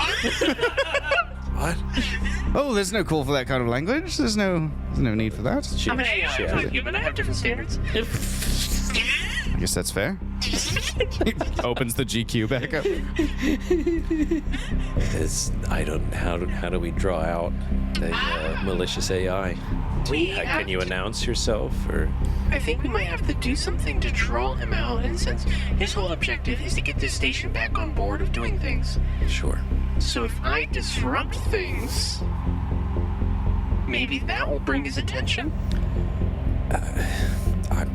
I think if we do anything too quick right now, it might be a breach of trust. I think they might be a little miffed. Well, we have to wait for the order, yes. Right. So But I think what we can do is find a good place with a lot of visibility, and then maybe start communicating about things that Milspec doesn't like us communicating about. You think he'd come to that spot and we can almost trap him? Well, he definitely reacts from what I've seen. So let's set up maybe a patch to an officer up in their area and just start chit-chatting. Okay.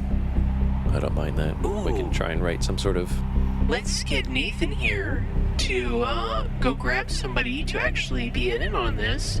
So when they give the order, they know what's up, but they can pretend they don't know what's up, and we can start talking like... That way we just don't cold call somebody, and they're just like, I don't know you, and hang up.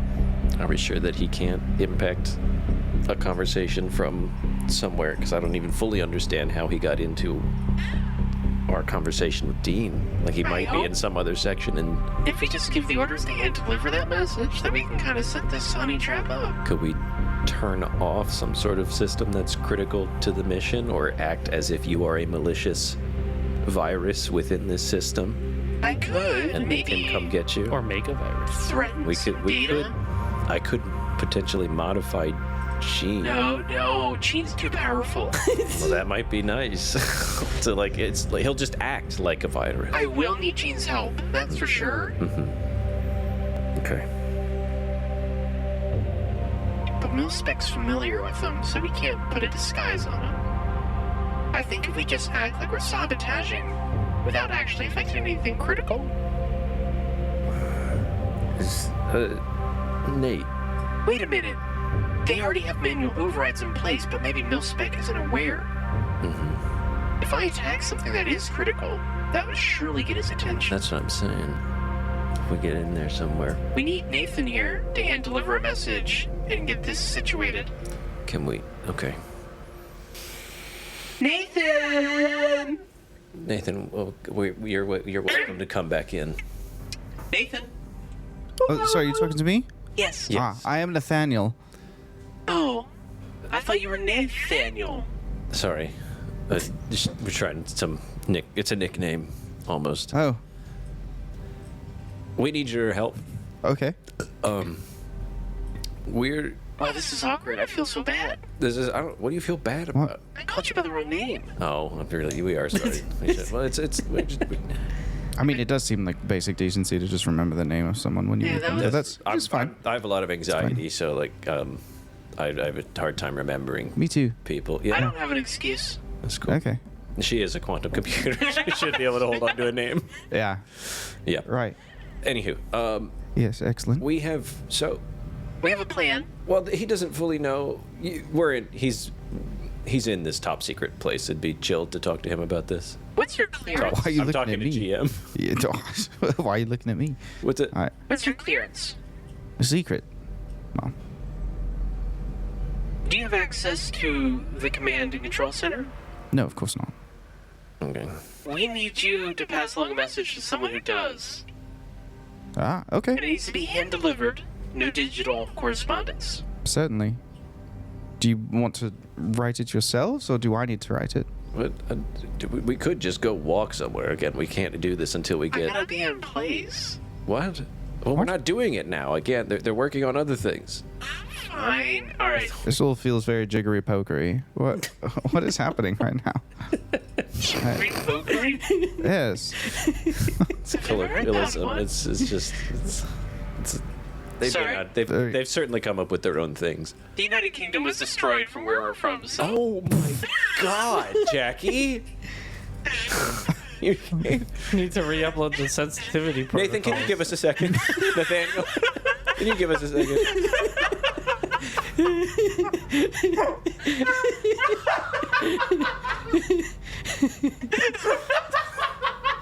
Jackie, you can't do that. You can't. And you hit it with the wrong name. I corrected it. He's gonna find out anyway. Well, as we're trying to do stuff, we can't just tell him his whole fucking heritage is exploded. He's lived 500 years out of here. His heritage is already gone. That's still surprising. Wait, so you mean Britain's gone? It rings throughout the floor. No. What? Well, it's shifted. What do you mean? It's shifted. We represent the British. What about Her Can Majesty? you just give us a second, Surely- Nathaniel? What? Just a second. We'll be right back with you. Okay, first you want a second, then you ask me back in the room, then you tell me you need me to deliver a message, then you don't tell me what the I'm message really is. sorry. I'm just very confused. I'm also confused. We have a thing we need to do, and I'm not sure the best way to go about it, and it's partially a secret, and I want to bring you in on it, but I also don't know how much we need to say right now because there's a lot of information to dump on Nathaniel right now, and we haven't been fully cleared to talk Information more significant than the fact that my home country does not exist? Genuinely, yes. Genuinely, it's much more pressing. In the moment, that's a much more big emotional blow. But on the scale of present day now, yes, I'm sorry to say. She shouldn't have said that to you right now. Well, that's most distressing. I'll go and find you someone. And Nathaniel stands up and I'll be right back. And he steps out. A few seconds later, he comes back in with Lieutenant General Anderson, who has fled the tool depot, leaving Astro with his tour guide, fled the tour depot, and has come down here to check on how you're all doing. And so this guy's like, oh, thank goodness. Like Nathaniel's like, I need to hand out to you, sir. Yeah. Yep. And I'm going to take my break. And he leaves. And Anderson comes and goes, what in the bloody hell is going on in here? Gonna have to buy him a cup of tea after this. Yeah, can you Probably did some some can you emotion. put like I don't know a little therapy on our dime? What have you Which is your done dime. to him? Wait, this. I slipped up. I got a little overwhelmed. I'm sorry. We're starting to talk about things. Is there like a closet we can talk in? There is a door on this room. What's that? Are there any like cameras in Door in this this room, or office? is there is? Yes, of course, there's security cameras So is there all a over the station. closet that we can go in? An unmonitored closet. So we don't know each other that well. No, hold on. We won't be there for 7 This is minutes. official. I swear this is official business.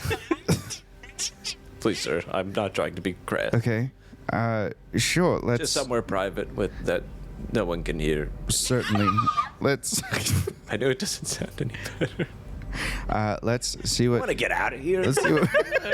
Let's see what we can do, I suppose. Anderson is looking Jet like this to is like holiday. one of the weirdest days of work he's ever experienced. Me too. He has his like very regular like British routine, and none of this fits. Like, Yeah. right? I suppose I'll find it here. And he opens up a closet. It's like a a janitorial closet. He like shimmies in next to the mop. It's like I suppose here we'll have to do. It's like 5 feet long. 5 feet by 5 feet. I guess this is Mark, what we're hold me doing. between you two. What? Hold me between you two so I can be part of the conversation. You want to be in the middle of us? Yeah. Okay. Nothing beats a jet tube.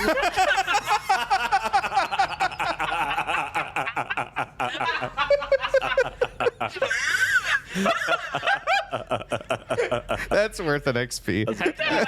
So well timed. I have never heard such well timed humor come out of you before. That was Oh my amazing. god. Love that. Oh shit. By the way, your country doesn't exist anymore. Part of me really just wants to lock this man in the closet. But that's not going to happen. Don't do that. Okay, so I come in. I just want to. Yes. I'm sorry. This might be. This is most improper. I understand. It Yes. might be excessive, but Sure. we just we have he's been in the loop on the the thing, right? Of course. On Millspec? Okay, great. Certainly. What's that? Yes. Yeah, of course. Yes, I just wanted to make sure we're having a private conversation.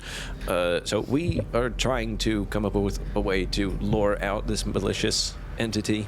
Right. And our current working next steps is going to be to impact a critical system to try and draw out Millspec. That feels like a significant escalation. Is there no middle ground that we could impact, like a non-critical piece of infrastructure? We could certainly try at first if it would. I mean, again, we want to run this by you. Of course. We can certainly try, but I feel it has to be something that would be critical. I feel like we're not really capturing the experience here. Yeah, you gotta get in here. Yeah. Is there not some kind of Jackie? alternative? Where's the chip? It's with me somewhere. Hold on. Yeah. All right. So, Yep.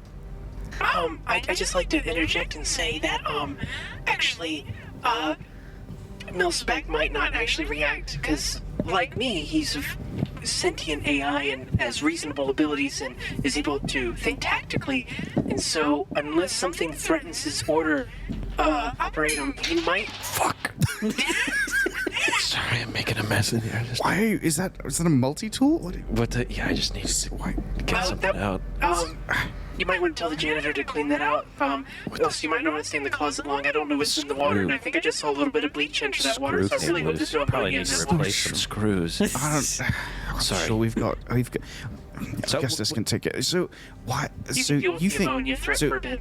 what I'm suggesting is only like perhaps we could not impact life support systems. Perhaps we could start with something smaller. Sure. I wouldn't say like What life about- support. I would say just something that would be critical enough that he would want to intervene. As What it about would lighting? Impede on this. I don't know that light. We could certainly try Try and with turn off lighting the at first. lighting somewhere. It's I just don't know if that's really going to get his attention. You gotta See, That's remember, not really having you guys have lights on isn't really critical to you sending the material that was promised back. It doesn't present a large safety hazard. Okay. What else do you have so in mind? We just need to raise the bar a little bit. Brains. Okay. What's a little bit? But part of the plan is that no matter what we do, we would do it once you already have manual overrides prepared. So that way, if he doesn't get lured out, you should be able to restore functionality fairly quickly. So But I need to pose an imminent threat. Otherwise, he might see through the fact that we're trying to beat him out. And he's probably well aware that we don't want him in here anymore. I see. Much like a cornered wolf or something, you know, if he's got more corner to back into, he's gonna keep backing into it, but if we can get him to a point where he can't go anywhere, he's gonna have to lash out. I've heard of wolves academically, but I'm not sure how to picture the. this is definitely You know what a dog almost is? certainly too far. But I have what was it? Sorry, go on. This is almost certainly too far. But Jackie, Yes? Yes. if we can act fast enough, can we just kind of flicker all power of the station off for the briefest moment so that we can see maybe just if there's only the tiniest bit of activity left, we could almost be assured that that's where he is To be fair, and meet him there. on a system like this, he could probably move fairly quickly. So even if we did spot him, we would have to make him want to lash out, otherwise he would just move too quickly. On top of that, an archaic system like this, if we power cycle the entire station, I don't think you need to explain. I can almost certainly see the amount of things that could fail. Sure. Just a thought. Disabling power on board the entire station is probably not an option for us. A Yeah. lot of these, pieces of equipment require a very tight synchronization with each Right. other. This is a generational ship that was never meant to be It's turned like off. even like just like a millisecond even. Like it's not you're still gonna like the briefest little surge. I mean, if you're okay with me stopping your heart for like a millisecond and trusting that they'll come back. on Arguably its we've own. already had that happen, so maybe. Oh, well, I guess You've- it's fair. What if not lighting? Is there anything you would suggest that you would feel comfortable? What's the highest level system that you would feel comfortable? Keep in mind anything related to the delivery or research. What about stage 2 of airlocks? Like, leave the station insulated, but suggest that the docking side, release all of them or something like that. That would be a hazardous situation that would prevent us from onboarding more equipment, but it would not endanger any lives. So we have a very different plan as well if this doesn't work. And that's we have you communicate in person, preferably away from audio recording devices that he could potentially be listening through, and have somebody prepared to talk to us. And then I will go talk to that person about very sensitive stuff that I've found that he does not like us talking about, such as the moral ambiguity. Sorry, I gotta get my speech reset. Just jostle her a little bit. Thank you. There we go. Concussive maintenance. Oh, whoa, hey, I'm sensitive. Oh, I've got a game system that's like this. Hang on. Right. Okay. Well, You can't do that. What? You can't do that. Why trust not? me. It's inappropriate. Okay. Wildly inappropriate. Oh, wow. But this is what we do with... It's not the same. It's not the same. Oh, okay. We can't. I'm sorry, Jack. Okay, no, it's all right. I can recover. I can. Wait, so am I to understand that I'm the jerk right now after being crammed into a closet and being told that You're we're not a planning jerk. to I'm just turn off trying- all the systems of our ship that's never... Not telling you. We're You just- coming up with a plan. I just been insulted, but it's fine because you didn't know. The camera cuts to like the main body of this office where we just occasionally hear like, we're not telling you a jerk, we're just trying to come up with a plan. Just like through the door. Nathaniel outside crying a little bit. A couple British people stoically continue looking at their work in the foreground. The camera Okay. cuts back into the closet. I'm just saying if we can coordinate a call where I pretend to talk about sensitive materials, that they know the call is coming. Because if I just cold call somebody at the CNC, they're probably just going to ignore me. So I think if we have to set that up, I call them, talk about some subtle things that Milspec doesn't like us talking about, and that might lure him out to at least disrupt the communication. I would certainly prefer that to you. If that doesn't work, Disabling we are systems going on to board have the to ship. move to disabling systems. Your system is just so wide and shallow at the same time that it's impossible to pin him down unless he pins himself down by attacking. How about we start with the first thing, and then if the first thing doesn't work, we regroup not in a closet, and we try and find a different solution. Yeah. I don't think it's a viable possibility to disable the life support systems aboard this No, ship. I think your idea of the airlocks would be a decent way to start. I have one final. It's very polite of you, Mark. One final. Thank you. One final puzzle. I think we start with the comms. And then either A, go to turning off the airlocks or doing that thing. Just last final pitch. What if we try and create a more modern node within the system, something that looks tantalizing, almost like they're upgrading, that's easier for him to infiltrate? Easier for us to separate him. Yeah. That could be. I mean, it certainly doesn't threaten anything. So Take time. It Make certainly a wouldn't- shiny just make a nice car with the doors open and the keys in the ignition. You know what I mean? Do you get that? Do you know what a car is? we have carriages and things here. You know, like trolleys and monorails and things. Okay, I thought you meant like horses. What's a horse? Oh my god. Oh, it's only animals he doesn't know about. Well, We probably have one in the zoo. a lot to. There's a zoo. Of course, there's a What the hell zoo. are we doing here? Hard cut to the zoo. I haven't seen one of these in forever. What the fuck? It's a squirrel. Yeah. I haven't seen one of these in forever. Wow. Real life They animals. don't It's a make them like chunky this one, too. anymore. Are we? Wait, are we doing this? Is this the real next scene? I can't tell. The bit's gone further than normally. I don't know. Are we going to the zoo? I don't know. I can't tell how serious you are. I like it. Eventually we'll go. That'll be our prize. I'd like to think that, like, on the way to the CNC, it just jump cuts. And then he's just like, how did we end up here? And Mark was following the signs to the zoo. The whole scene is just Anderson like this, while Mark is like yelling. Give us a little bit more of like Mark's take on the zoo. Wow! Wow, this one's wet. Mark, It's an otter? Mark, point your helmet at it. I'm taking pictures, Mark. Oh, wow. Look, you can feed him, too. Ooh. Look, this lady's here talking about it. I thought we were in imminent danger. What? Oh, right. Let's go back to the club. I feel Take like an XP. I don't know why. Just have it. That's fair. We cut. sending the pictures of the zoo to Astro.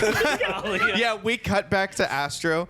Astro, pictures of like the cutest otter you've ever seen, and Mark joyfully whatever. They pop up on your data pad. There's a brief moment where you have to decide between that and then over here you have someone going. So, and those are the first set of ratchet straps that we installed. But then after that, we brought this other kind because the tie down system of a ratchet strap. I mean, let's be real. Anytime you have to reach over, it's very dangerous for the wrist, of course. And so we needed something safer for the union regulations. Of course. So, oh, sorry. Do you have a thing there, or should we continue? I'm good continuing. Talia, you can go if you want. Go to the zoo? Yeah. It seems unlikely that they will still be there when I get there. They don't have the energy of people who will stay in place. You know what I mean? Like, Yeah. plus then there would be no one to protect you. You know, what if Mr. Pemberton suddenly tries to, I don't know, attack you with one of these Schedule 40 pipes? Not that you would do that, right, Mr. Pemberton? Lord. Quickly swings the shotgun around. No, of course not. Good lord. Come on, No, Ollie. we're not monsters. We're just inventory managers. I'm sorry. She's our security. I can tell. She just takes her job seriously. Russian. So, Whoa! Talia, like, what do you mean by that? What is Russian? Oh, my God. He What? doesn't know. They're near. They're. What do you mean? What is? Yeah, I'm from Neptune. What is? There's like this really briefly awkward moment. Back to the closet. Augustus Pemberton has frozen. He's like, I don't want to make this worse, and I don't understand what the problem was, so I'm just gonna sit still and pretend it didn't happen. I just look at Talia. Do we tell him? We tell him what? Does he not know that No. about? She freezes too. This is diplomatic. I don't do diplomacy. I look back to him. He's just, he's right here. They're not yeah. Huh? Tell me what? When the Causing a panic. Can't be spreading this shit. We can't just be. It's gonna spread like wildfire. when the last I guess shipment, I don't know what to call it, shipment of cosmetiline came into our solar system, the people of Earth did not know how to receive it properly, and it impacted the planet. What do you mean it impacted the planet? Like it hit it really hard. Hand on shoulder. It hit Yeah. really hard. Oh, I know what the word impact means. I mean, what do you mean it impacted the planet? Really hard. Like I said, the humans of that time did not know how to receive it But properly. we'd been sending resources back for, I don't know, many years, I assume, at that point. It's not like it was our first rodeo. What? I don't have the full. I haven't done the history, gone into it. But that one, the last one that we got was it impacted the planet in like you know how volatile cosmetalene is, right? Yes, certainly. Yeah. So imagine a shipment impacting a planet. What I don't understand about what you're saying is that it impacted the planet. I understand what would happen in the event that it ran into a planet. Like, I know what the words mean. Yes. But it would be completely ridiculous for it to impact a planet because we'd been doing this for many, many years. I don't have the. Sure, your information must just be outdated. It's not. I'm sure you must just be misunderstanding. Big Wes? Tell him the details, tell him. Like, You're not there. You're not there. Shut up, shoulder angel. Earth has been mostly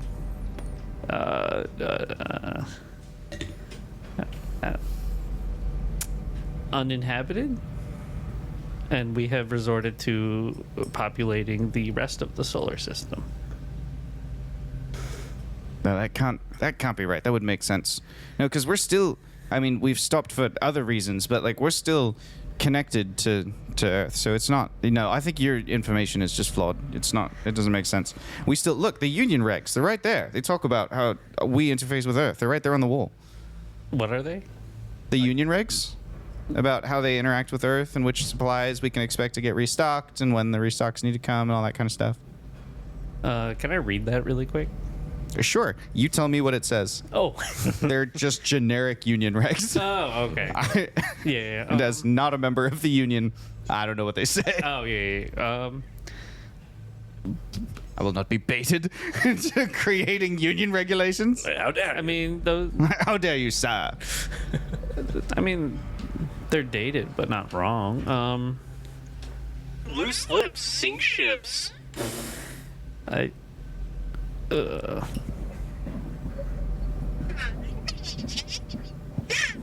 Union regulation number 1. Unions are communist and therefore bad.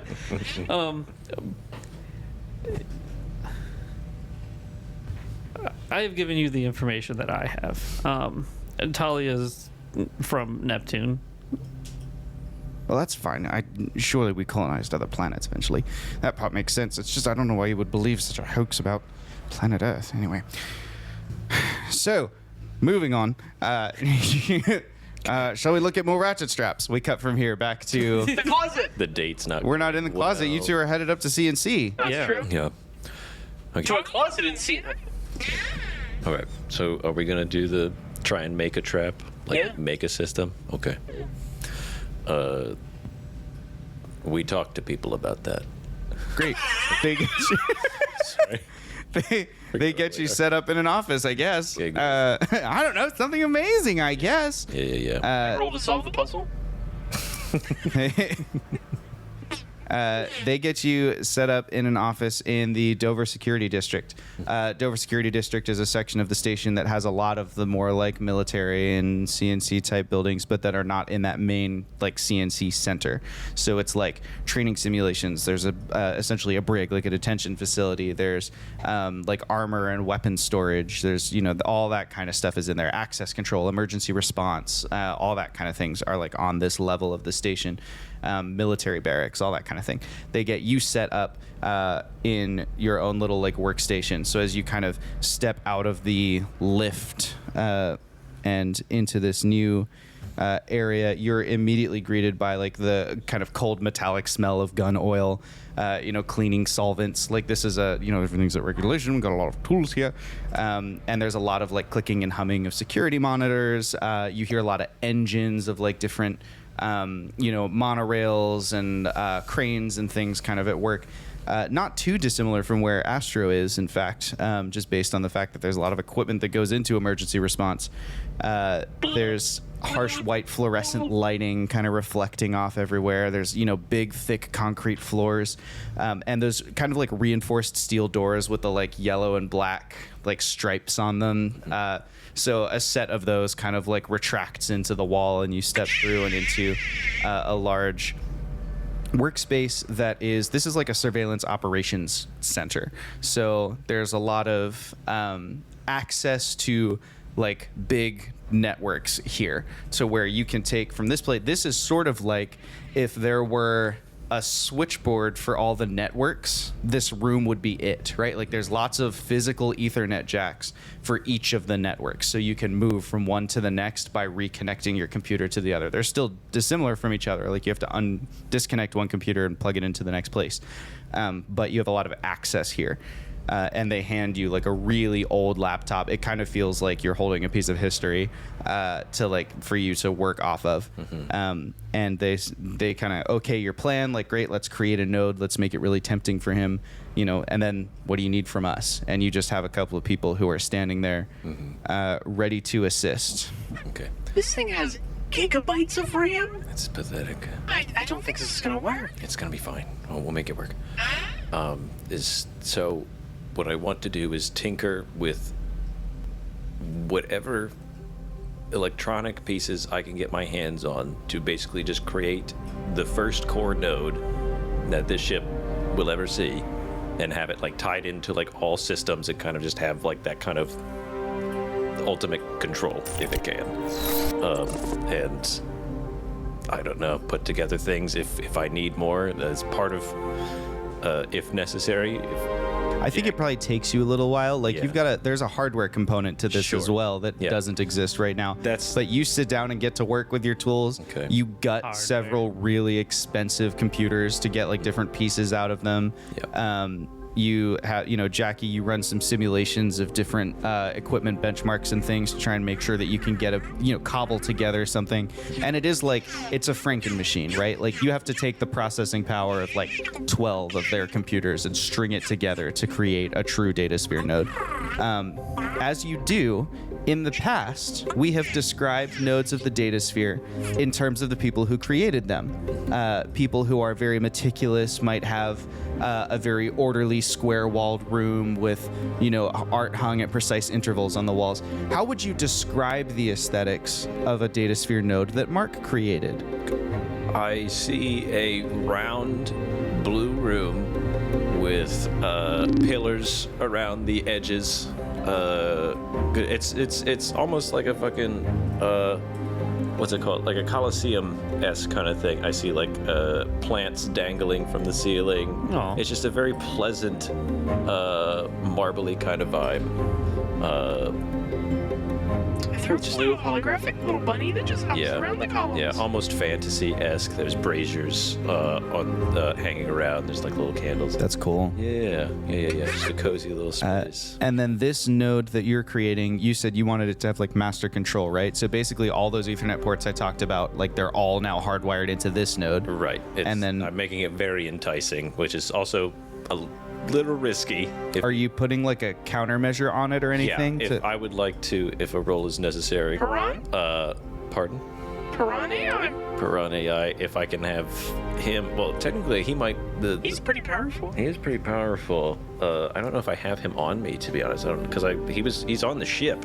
I used him to like kind of boost up the whole thing. So I have like Gene with me, but like I just a very strong as basically just a kind of box trap. As soon as he gets in, all the walls come down, and if necessary, like I can As soon as he unplug it gets from in, the Mark? system. We can just pull the Ethernet. Right, exactly, Okay. and just have him in there. So to create your countermeasure, I'm going to have you roll an intellect task. Are you trained in counter intrusion? I don't think I'm trained in tasks involving I'm specialized in tasks involving electronic machines, and specialized in DataSphere access. Okay. But that's about it. This I would think. involve an electronic machine, so that specialization eases it by 2.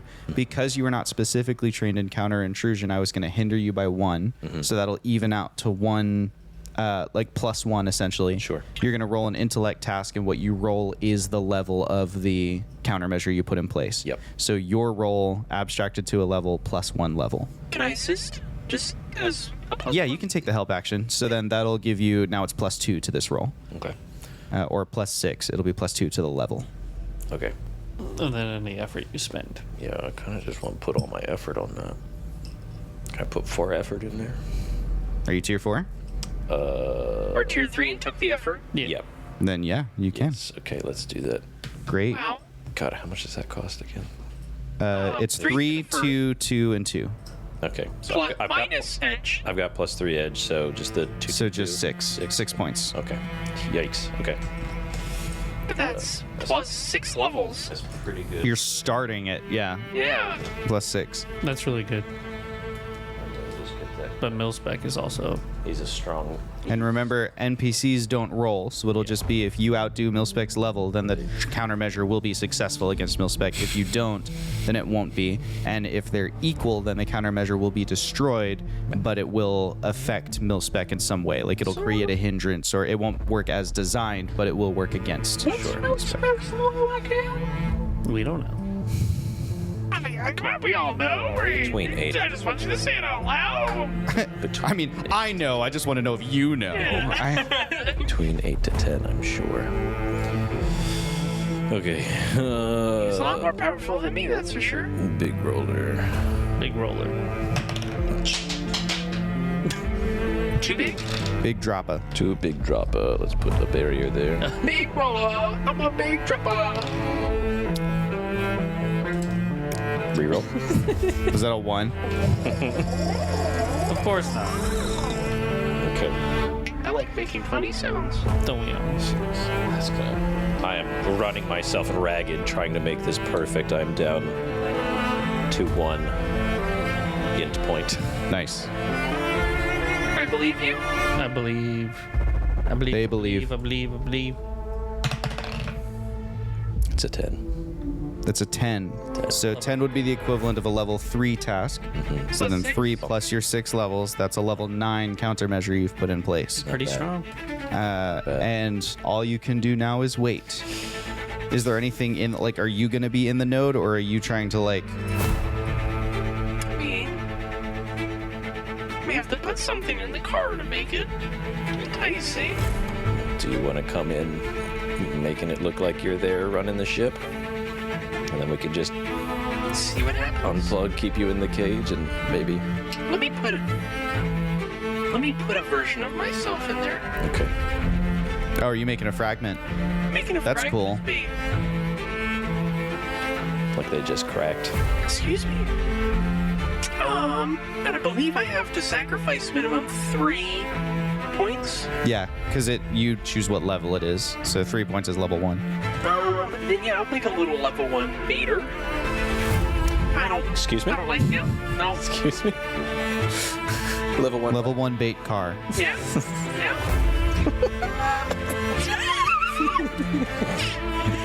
Amateur baby. Alrighty. Go ahead and plug in my copy. Yes, ma'am. Hello, I'm Jacqueline, and I drive the ship.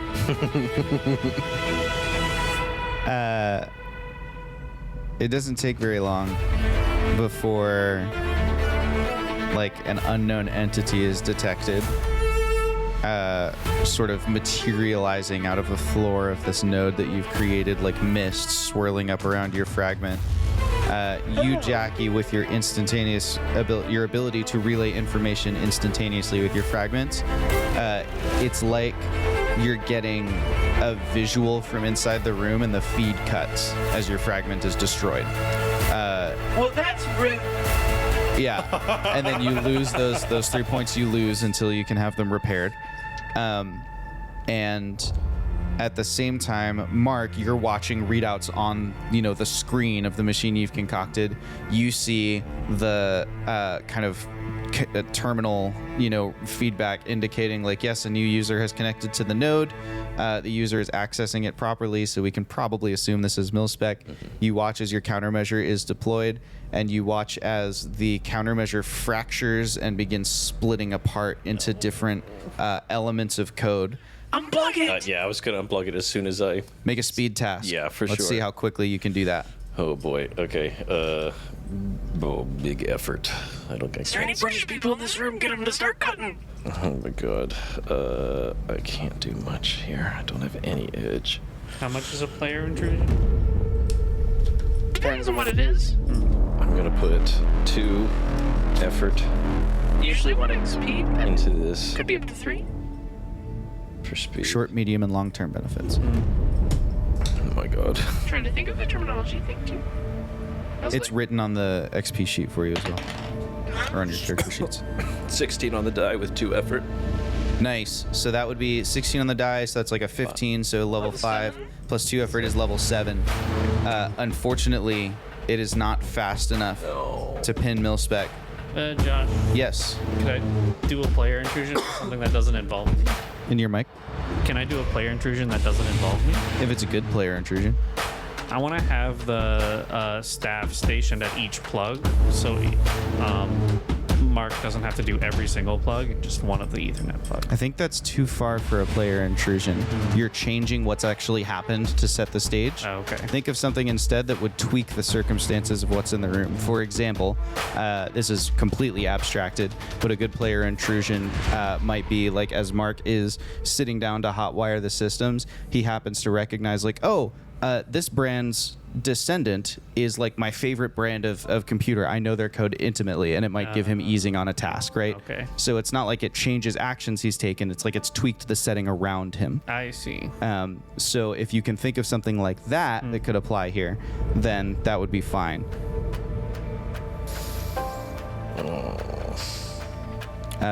Okay, Mark, you cut several Ethernet lines, but or maybe you yank them out, whatever, but it's just not fast enough. A few seconds go by of that like heart pounding moment when you realize like, ooh, we might have effed up, you know, and you and Jackie are both kind of sitting there waiting to see what happens. We never got an order. We were there with high level people. They were working with us. There is a massive electrostatic noise disruption. All of the lights and power in the Dover Security District go out. All of the security doors auto latch shut. And you feel a tremor run through the ship or through the station. Remember, this is a station big enough for 450,000 people to live there, and any impact big enough to cause a tremor through the whole thing is a massive amount of momentum. You feel a tremor go through the entire station as the spinning of the artificial gravity comes to a halt. Well, in the dark, my hologram glows.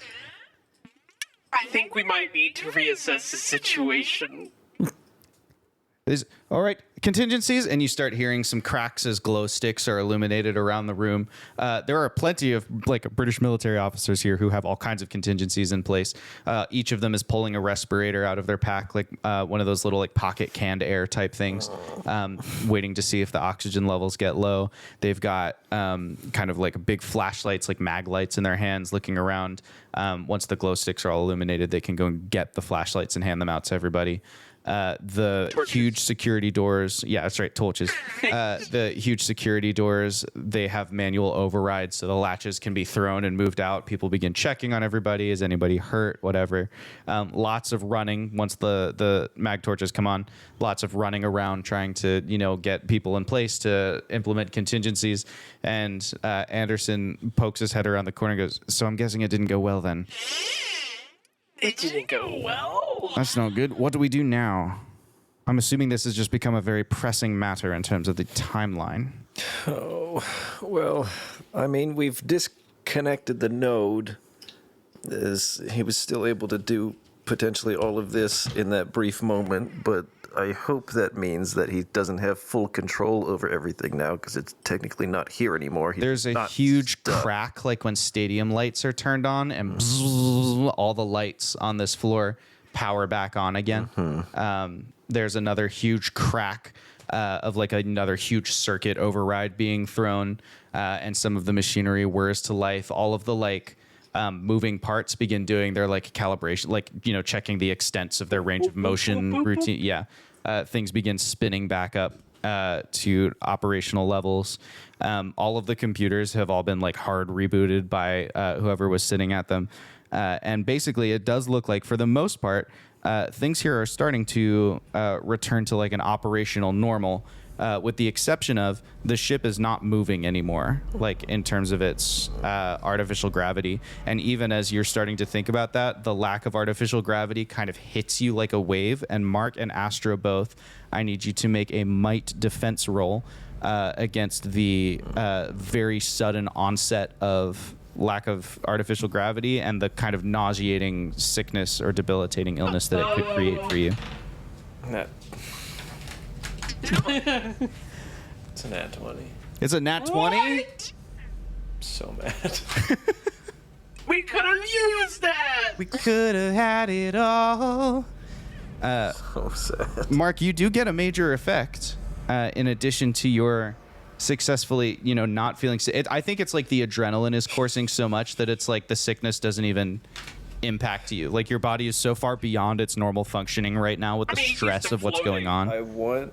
That's true with his belt. Yeah. If the major effect can be, I want to have the tiniest fragment of Milspec caught in the computer. Like he's predominantly escaped, but the tiniest bit left on the node that Sure. like maybe we could use to track him down now and like reverse engineer.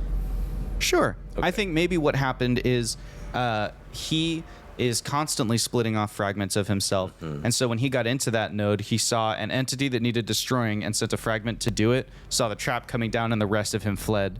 And so it's like that entity that destroyed your fragment wasn't quick enough to then escape. And so you caught this one little like attack routine. And you've got that code that you can begin to work with forensically. Okay. We cut down to where Astro is in a regulation room where, of course, all the emergency lighting worked perfectly. The power goes off. All the auxiliary lights come up. Your escort, Pemberton, well, that's not good. It's highly irregular. And then the ship slowly comes to a halt. And he goes, somebody's going to get a very difficult conversation with their management over this, I'm sure. I'm trained in identifying or assessing danger, lies, quality, importance, function, or power. This Okay. feels like a danger. Okay. So would that ease the roll? It would, but what are you rolling to do? Like, You what's asked us to roll. He didn't Oh, quite roll. this is sorry. Your motion sickness. That's not assessing danger, Oh. right? Like you're not assessing a danger. That's just a thing that's happening to you. This is more like a defense roll, like a combat thing. Oh, okay. I am the danger. You didn't trap me in a room with you. I got You're a trapped 7. in a room with me. What? 7. 7. You feel nauseous, and it hits you like a wave as the artificial gravity disables. You, as you kind of like a double over with the nausea feeling, that extra momentum sends you spinning, right? And so you're like very slowly kind of careening head over heels as you float upwards. Pemberton goes, "Oh, good lord! Let's get you down from there. Come, here. Hold, reach out, see if we can time it." And gotcha. And he grabs your hands, but of course, because of the way that zero gravity works, he begins spinning with you. And he's able to kick out his feet and like catch hold of a shelf or something. And they like eventually he kind of wrestles you into like a wall, and you're able to grab onto the handles of some drawers or something and like stabilize yourself. All right, there, easy there. You look ill. Let's get you back to safe ground, shall we? Yeah. And he opens up a drawer that you're right next to because he was showing you all of their emergency restraints and vests and things. He opens up a drawer and pulls out some magnetic straps that go over boots, slides them over your boots and says, "Just get down to the floor and they'll do the rest." Love that. He grabs himself a set and follows you down, I climbs grabbed down one there. for Talia. Yes, that's good. You grab one for Talia. You reach out to hand it to her. She is still on the floor. She has not floated off of the floor. When artificial gravity failed, Talia reached down and grabbed one of the metal grates that's on the floor, and she's holding onto that with one hand. Her shotgun is loaded and in her other hand. She is now one hand holding a shotgun, just like clearing around her, looking in every direction. You can also see the glow of her eye that indicates that she is no longer looking at the visible spectrum of light. She has like added some kind of filter and is looking in some enhanced way at the area around her, either night vision or thermal or something, as she's kind of checking around her. Here, put these on your boots so you don't have to hold on. Okay. She very briefly slings the shotgun, puts them on, and then unslings the shotgun again when she can stand. I think we can safely assume that that is probably Mark, right? Yeah, We can, yes. So we should probably get back to Mark. definitely. This is great. Thank you for Thor. Bye. And she just turns around and begins leaving. And I'll she, be back down. yes, we haven't even finished the tour of where all the hand tools are. We haven't even gotten that far. I can't. We've only been looking at power tools. I We haven't know. even got to the spanners. Yes. Nobody wants to come and see the tool depot. This is fabulous. Great. You leave with Talia and head back to the central kind of like lift. It's now just a tube, but in zero gravity with no Easy. obstructions and a rope hanging down the middle, you can just grab the rope and hand over hand it. And you and Talia do. Climb up the rope. Even as in this circumstance where Talia is forced to like stow the shotgun, she pulls out her knife and just holds it in her teeth so that she's got something. You get a brief feeling that like somewhere Ronan is proud, you know, with the knife and the teeth climbing up the line. But she begins climbing with you. It will take you a while to get to where they are. So we're gonna cut back from here Yep. to our others in the Dover Security District, where things are starting to come back to normal. About halfway up the lift, things come back on, and you can catch a ride with the cable and everything. Everything is back on, and Anderson goes, "Well, at least it seems like the overrides were effective. Yeah. What do I do with?" Oh, screw. Are you okay? You need I- better screws. Yeah, Damn. dang, That's that got was- me Get those double threaded. roasted. I can't see what happened. It's fine. The screws pulled It's up. fine. It's fine. It's fine. It's fine. It's fine. This It's is fine. fine. This is fine. Yeah. So what were you telling us? I was saying that it's a good thing that the overrides were in place, but this is still a distressing circumstance. What do we do now? Well, I'm sure we can't try that again. I don't think he would fall for it, but we did manage to capture at least a fragment of mil-spec, which I'm sure we can do something with, but I The really little radio in your pocket crackles. I pull it out. Mark, are you there? Yes, Mark, yes, this is Officer Lagrange. Can you hear me? I can. The other vessel, the ship you're having us look at, it's bad. It's not good. It looks to be spinning up some sort of weapons system. Okay. We've been tracking it. It is on a trajectory towards your position, and we'll be sending Ronan back as quickly as we can to try and get you off the station, and perhaps intercept this vessel. But it's Us. well, who else have we got? Well, I don't know. I'm a data guy. Why am I going on? Oh my god. Not you personally. I Sure. meant the ship. Okay, But yeah, you've taken my security officer. I have taken your security officer. Yes. So that's going to need addressing. Yes, sir. Also, we're going to need to get supplies to that station as quickly as possible because the odds are very high that they're going to need to fabricate repairs very soon. Yeah. In the interim, we have attempted to hail the vessel, and they have responded to one of our communications calls, although they're not being very cooperative in terms of identification or anything like that.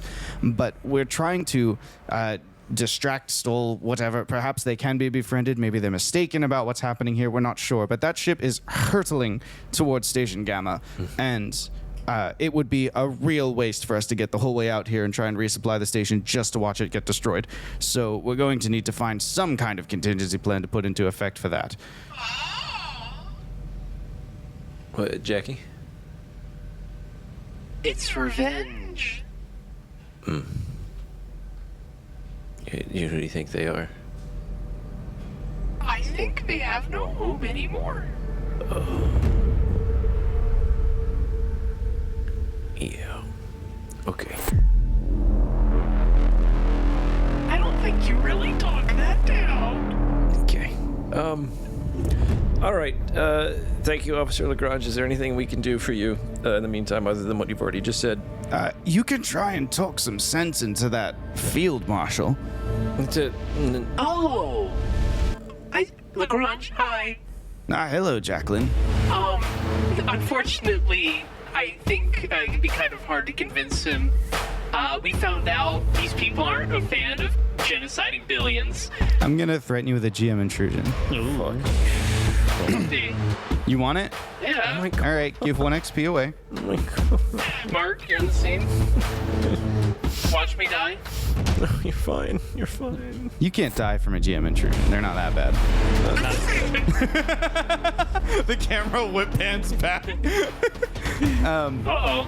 You, as you're having this conversation with Dean, and he seems to be rising to the, I don't know what bloody nonsense you're listening to about genocide, and then you get this incredibly awful sensation of something misty moving along the communications line as Milspec 76 Beta sinks with itself in the spirit of inquiry. I send the compromise signal, if it even gets through. Nothing goes through. Mark's radio goes dead. Oh. So is it not contained anymore on my computer? No, it probably is, but It wasn't that. That fragment is still contained. Okay, great. Great. It jumped. Lieutenant Anderson, Ah, yes. we are fucked. Oh, dear. What do you suggest? Well, the hostile AI just infiltrated our ship. Well, we've got Gene there. Gene is I there. beefed up the security as much as I possibly could. It was And so level that'll 10. at least... I see. And what about what was all that about? About defense and... Yeah, they're hostile. The people coming in are hostile. They're pointing guns at us. We gotta figure something okay, to be fair, Dean is not the most reliable narrator. I do think it's still worth trying to heal them, but given what Dean says, if he's saying is true, they might be seeking revenge for the work you've been doing before your 500 years ago. Or artwork. There's... So... This is a crazy idea. Enemy of my enemy is my friend. These people presumably want to take out this station. This station has a mission to complete. And we know someone that wants the mission to get done. And I point at the laptop. Is there any way we can try and hail them and send a little friend their way? We could try. So, to clarify, you're suggesting that this thing that is endangering the lives of the 450,000 here, perhaps we also send it to endanger the lives of the people who are threatening the 450,000 people here. There's a sort of poetry to that. Actually, I misinterpreted what you said then, because I thought you meant we'd get their help on dealing with it on the ship. But now I see what you're talking. I guess it depends on who's more of the threat. I'm saying, but Milspec... Well, presumably the one's actively pointing guns at us, and not the one that seems to not be able to impact At this the moment, system. the huge security doors hiss open, and Astro and Talia join you. Yeah. Hey, gang. I assume that was you that with the ship and the... Yeah, we fucked up a little bit. Yes. Well, what else is new? It's with Talia. What do we put on the shirt this time? Do we get to die again, or is there something different? You can't. No, hold on. That was very rude. That was incredibly rude. I'm You're saying sorry. I fuck up all the time? Who blew up a planetoid? Who blew a planetoid? Are we gonna hash something out right now? Okay, look, I'm just saying that for someone who's often kind of criticizing me for being reckless and dangerous, it sure seems like you're taking some pretty reckless and dangerous moves right now. Did I not admit that I fucked up rather than just saying, oh, wasn't that fucking crazy? Guys, we have more pressing matters. The way that you cope with your problems is your business, and the way that I cope with my problems is my business. But the fact that you will accuse me of creating problems and being reckless and not take the acknowledgement of the fact that you are every bit as reckless as I me. just said I fucked up! Did you say you fucked up? I don't think you did. Because I just actively admitted that I made a mistake. Is that wrong? Is that wrong to try and save this vessel? Because, excuse me. Guys. I can't physically stand still. It's like a really tiny hologram. All right. Mark is very stressed out, and he doesn't have the emotional regulation and masking that you do. Okay, Talia? We both agree that at some point we've made mistakes. Talia just accepts them and moves on. And Mark, right now, we're in the middle of a mistake, so we're a little heated, and we just need to recognize that perhaps not to lash out at everybody. No matter how right you may feel, he's doing his coping. just wild to just say that right now. It's just absolutely wild to say what else is new. In front of the British officers, too. Insane to say what else Yeah, is the new. British officers who very politely just keep their distance and let you have this out. So, I think right now, our major issue is, Milspec got back on our ship, and he's not as friendly about it anymore. And also that ship is potentially hostile and is firing a weapon at us soon. Oh, yeah, I don't think that was brought up to you. Oh, What ship is... the unknown ship is hostile ship? according to Dean, which we know Dean's a little unreliable, but he's usually got his head in the right place, so I'm inclined to agree.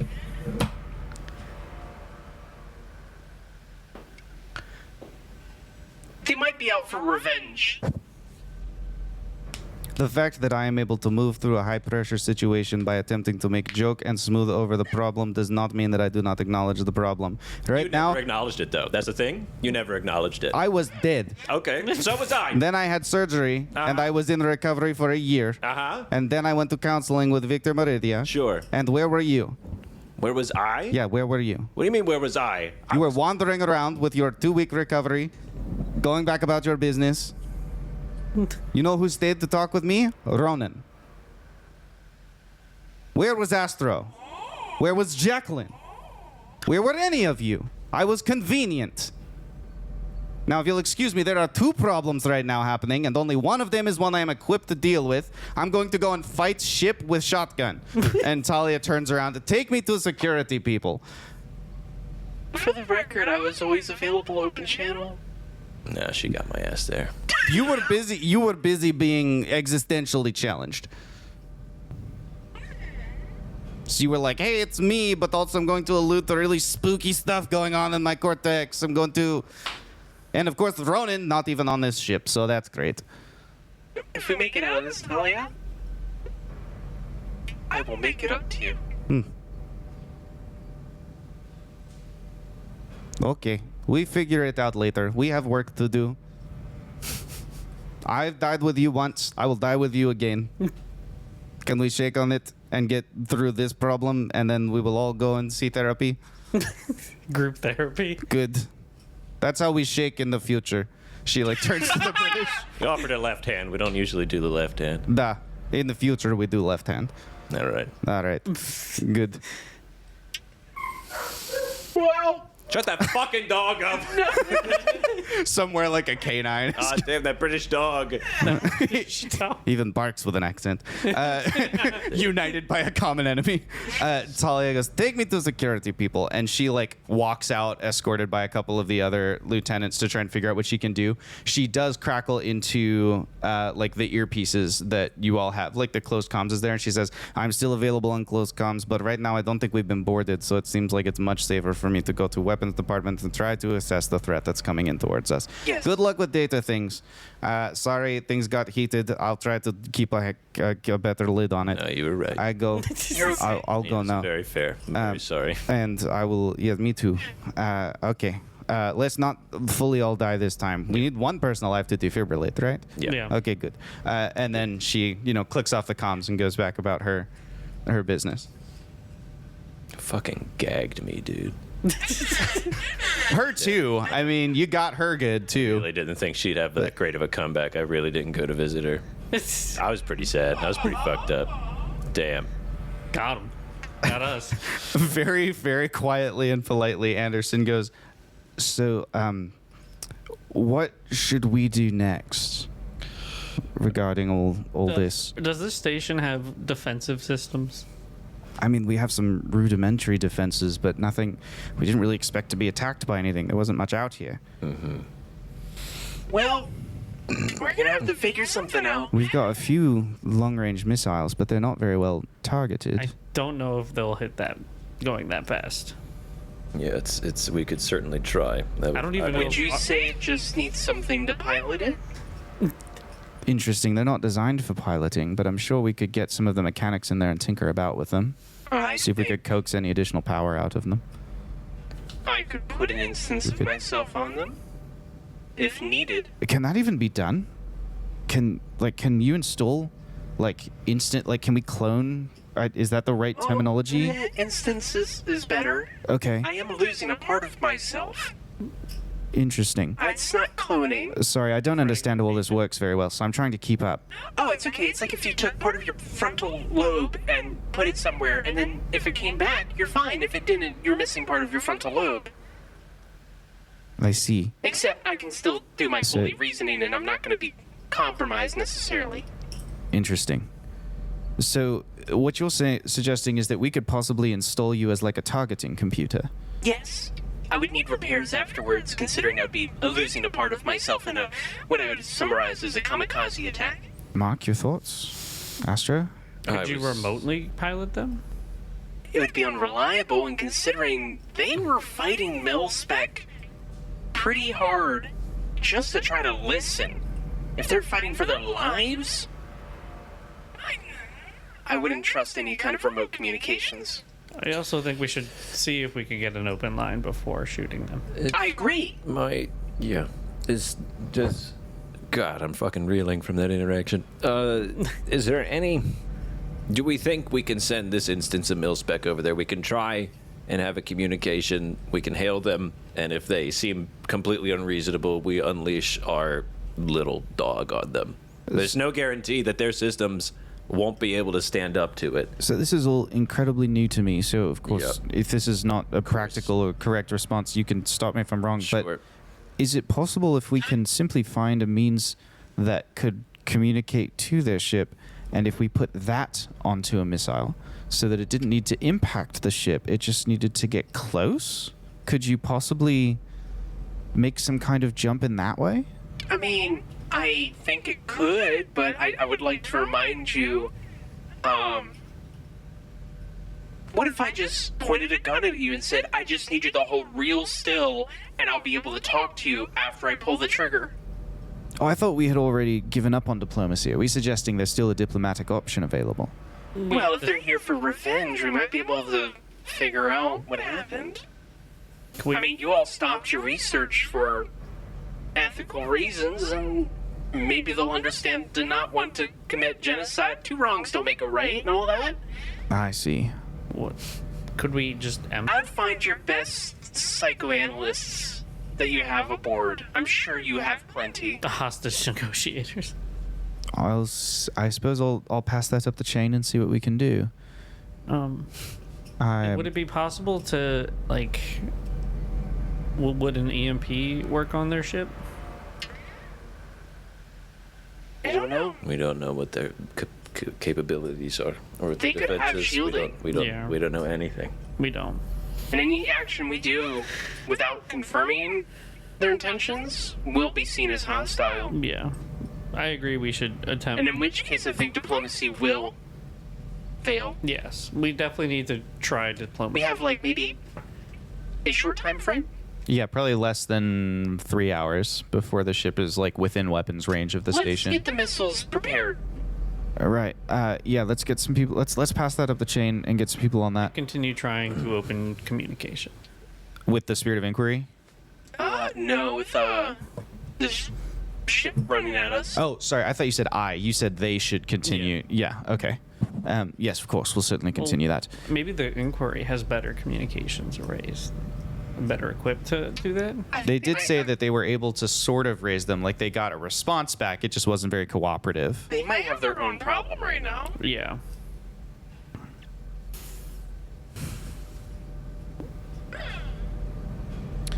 How much time do we have until? 3 hours. About 3 hours before it's in weapons range. That doesn't mean they'll fire, but that's. Sure. How long will Ronan take to get back? We don't know. You got no update from Ronan. Well, like, how long did it take to get us here? Well, you took like a really circuitous route and stopped to explore asteroids. I don't think, and the Spirit of Inquiry has moved, so I think it's really impractical to Oh, try and okay. triangulate from that. We put the missile together. I will help with the diplomacy if need be. Maybe to help just get a hail on them. I don't think your communications array is necessarily fit for that. Me and Mark can maybe help get something that's more in line with our technology, and it sounds like we were at least successful on the Spirit of Inquiry on hailing them, though it sounds like they were also not as successful diplomatically. as you continue to deliberate, the scene kind of like fades and shifts back to the CNC situation room where the same deliberation is happening, but now you're back in the presence of all the generals in command. And Field Marshal Blanche Foxworth, who is looking a lot more stressed at this point, just like sitting at the desk, like, I need some options, people. There's a lot of like tense seat. There's a lot of empty tea mugs around the table. It's like.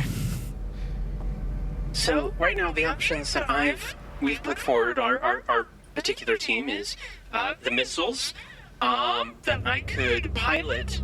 We'd most likely Faraday cage them, essentially make them impenetrable to electronic means. That would stop them from interfering, and that would allow me to pilot them. Without being stopped, I would be losing a part of myself, and that would weaken me, considering you might need me for any other reasons. But if that was their last option, that might do it. 2, we managed to get a hold of them and redirect their anger, or figure out if they're even angry. We don't even know what kind of systems they have. I mean, yes, it's a big energy spike and it's shaped like a barrel, but maybe it's not even a gun. Clarence Ashington, the general in charge of internal affairs and the justice system of the station, has been playing with a pen this whole time, just kind of tapping it against his face. Clarence says, couldn't we also... No, I guess that... It just seems to me that if you've suggested they're on some sort of revenge tour. It's a theory. It seems if we were to present to them simply the scale of life that they're endangering, perhaps we could, if it's about the morality, perhaps we could engage them with the 2 wrongs don't make a right, kind of presenting that. Our station, I don't know anything about the others, but our station, when we discovered, we cut off the research, right? Like when we came to that conclusion, we stopped. Surely that should create some sort of common cause. You can certainly hope, but there's... On the other hand, Harriet Warbeck chimes back in, your little Tea Party friend, General Harriet. On the other hand, if they're radicals, nothing will get through to them. That's the point of, when you snap, you snap. And to be fair, their argument might be $500,000 is nothing compared to the billions, maybe trillions that we've lost. We don't know what we've done. I have with me, and I pull out of my bag, I don't know how big this is, a cipher that I had that's a structural integrity booster. Ooh. This is not the best of the best, but it is a level 5. Effect, strengthen any object or structure, improving its durability for 1 hour. Objects below level 5 are enhanced level 5. Objects level 5 or plus are instead improved 1 level. It's not the best we have. I can boost it up a tiny bit if I get a little nap in. I can, because I only have not many points, but I can use coaxing power to increase it by 1 level. I don't know how strong this ship is, but we could try and work with your team to get at least a little bit more durability on this. We don't have a whole lot of time, but if you can get me in touch with your engineering department, we can at least try and give us a better defensive capabilities and withstand their attacks. We would also need at least you or me to help with, if we want to even try to heal them, updating your sensor array to interface. There's a lot to do. Too many tasks. And not a lot of time. Not enough time. We've already begun an evacuation to the hard points of the station.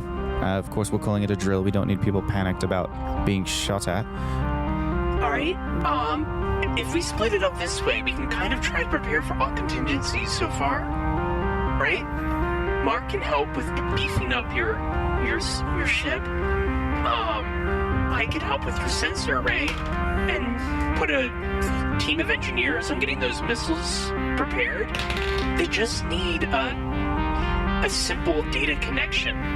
As long as I can get on there, as rudimentary as your systems are compared to ours, I can still work with them. So I don't think it needs to be fancy.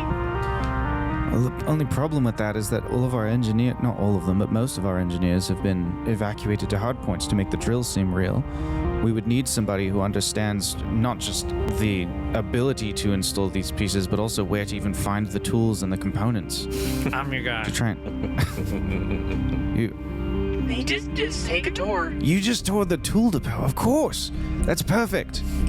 Do you think you can remember where the pieces are that you need? Yes. Okay, well that's exceptional. Let's send Astro to do that then. We'll send you with an escort of protective people. We've got very strangely, we have someone who's inserted herself into a torpedo tube, but just with her shotgun. She's saying she'll go, but we don't understand anything about what she's implying. This is nothing. Jackie, can you call her?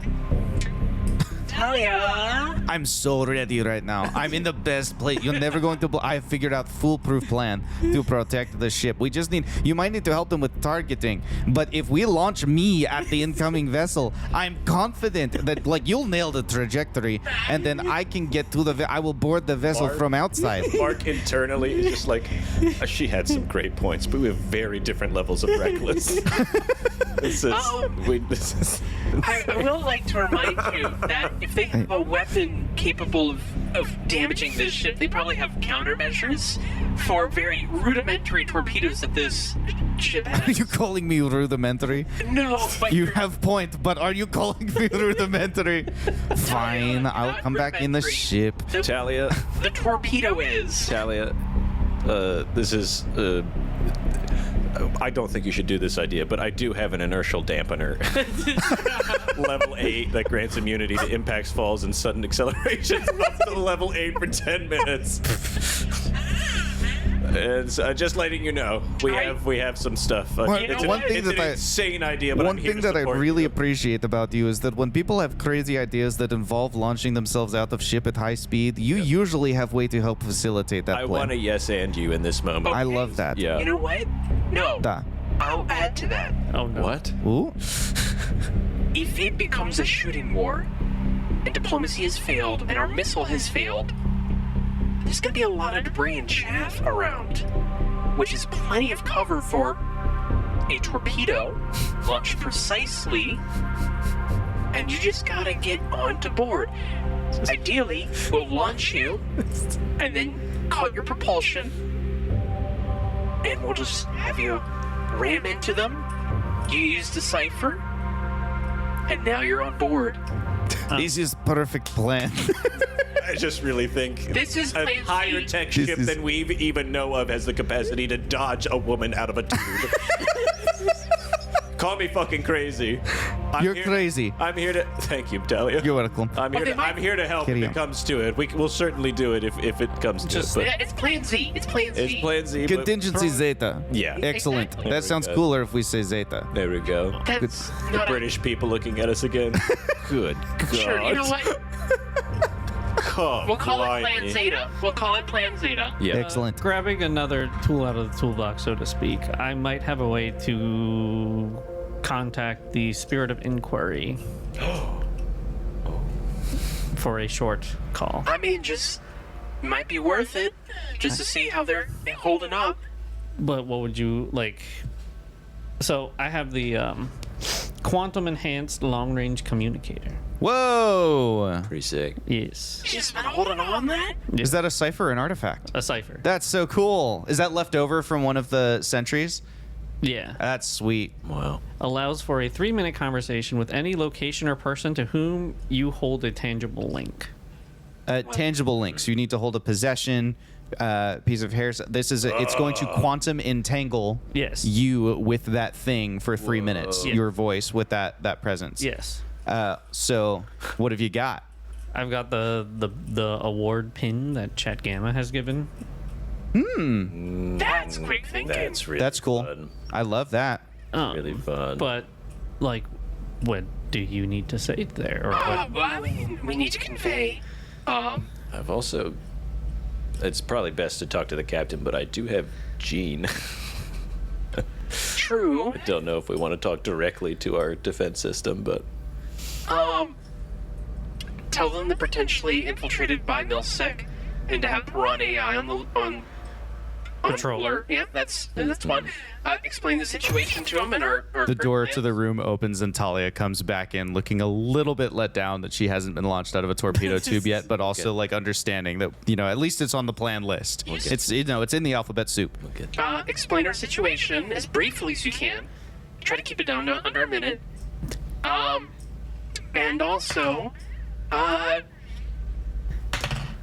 We're gonna try to communicate with them and talk them down because Dean says they're having a rough time on that, but Dean's a little unreliable in this scenario right now because we don't know his true objectives. Yeah. Yeah, can you just explain all that in 3 minutes? I think so. We got this. Talia, I see the anything, wall. Just like, anything you need to relay to the spirit of inquiry?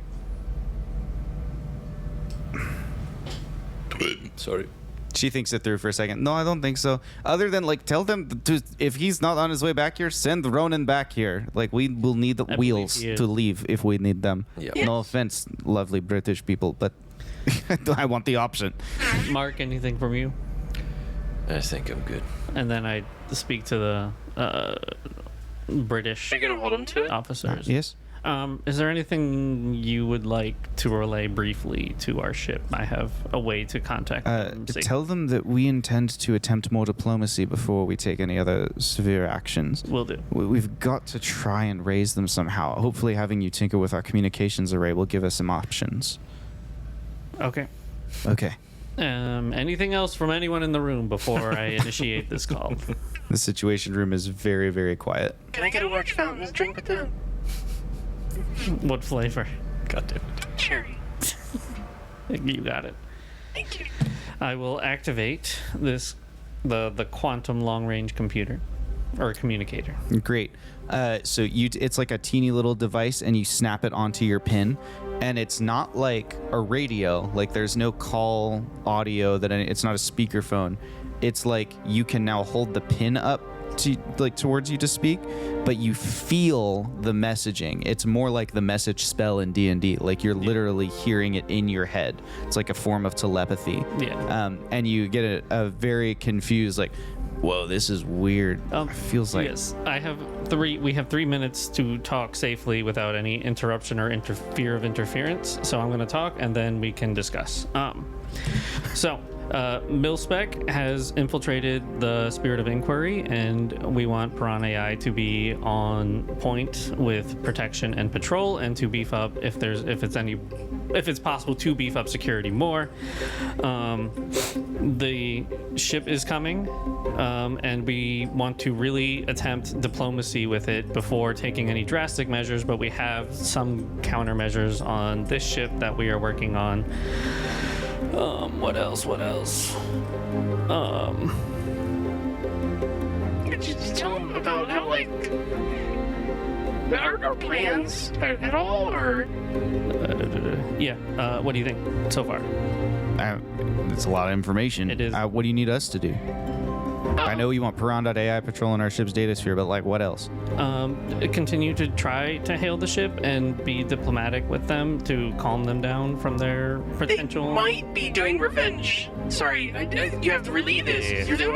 Tell me it might be revenge for the genocide of billions. They think it might be revenge for genociding their species, people, billions of people, maybe.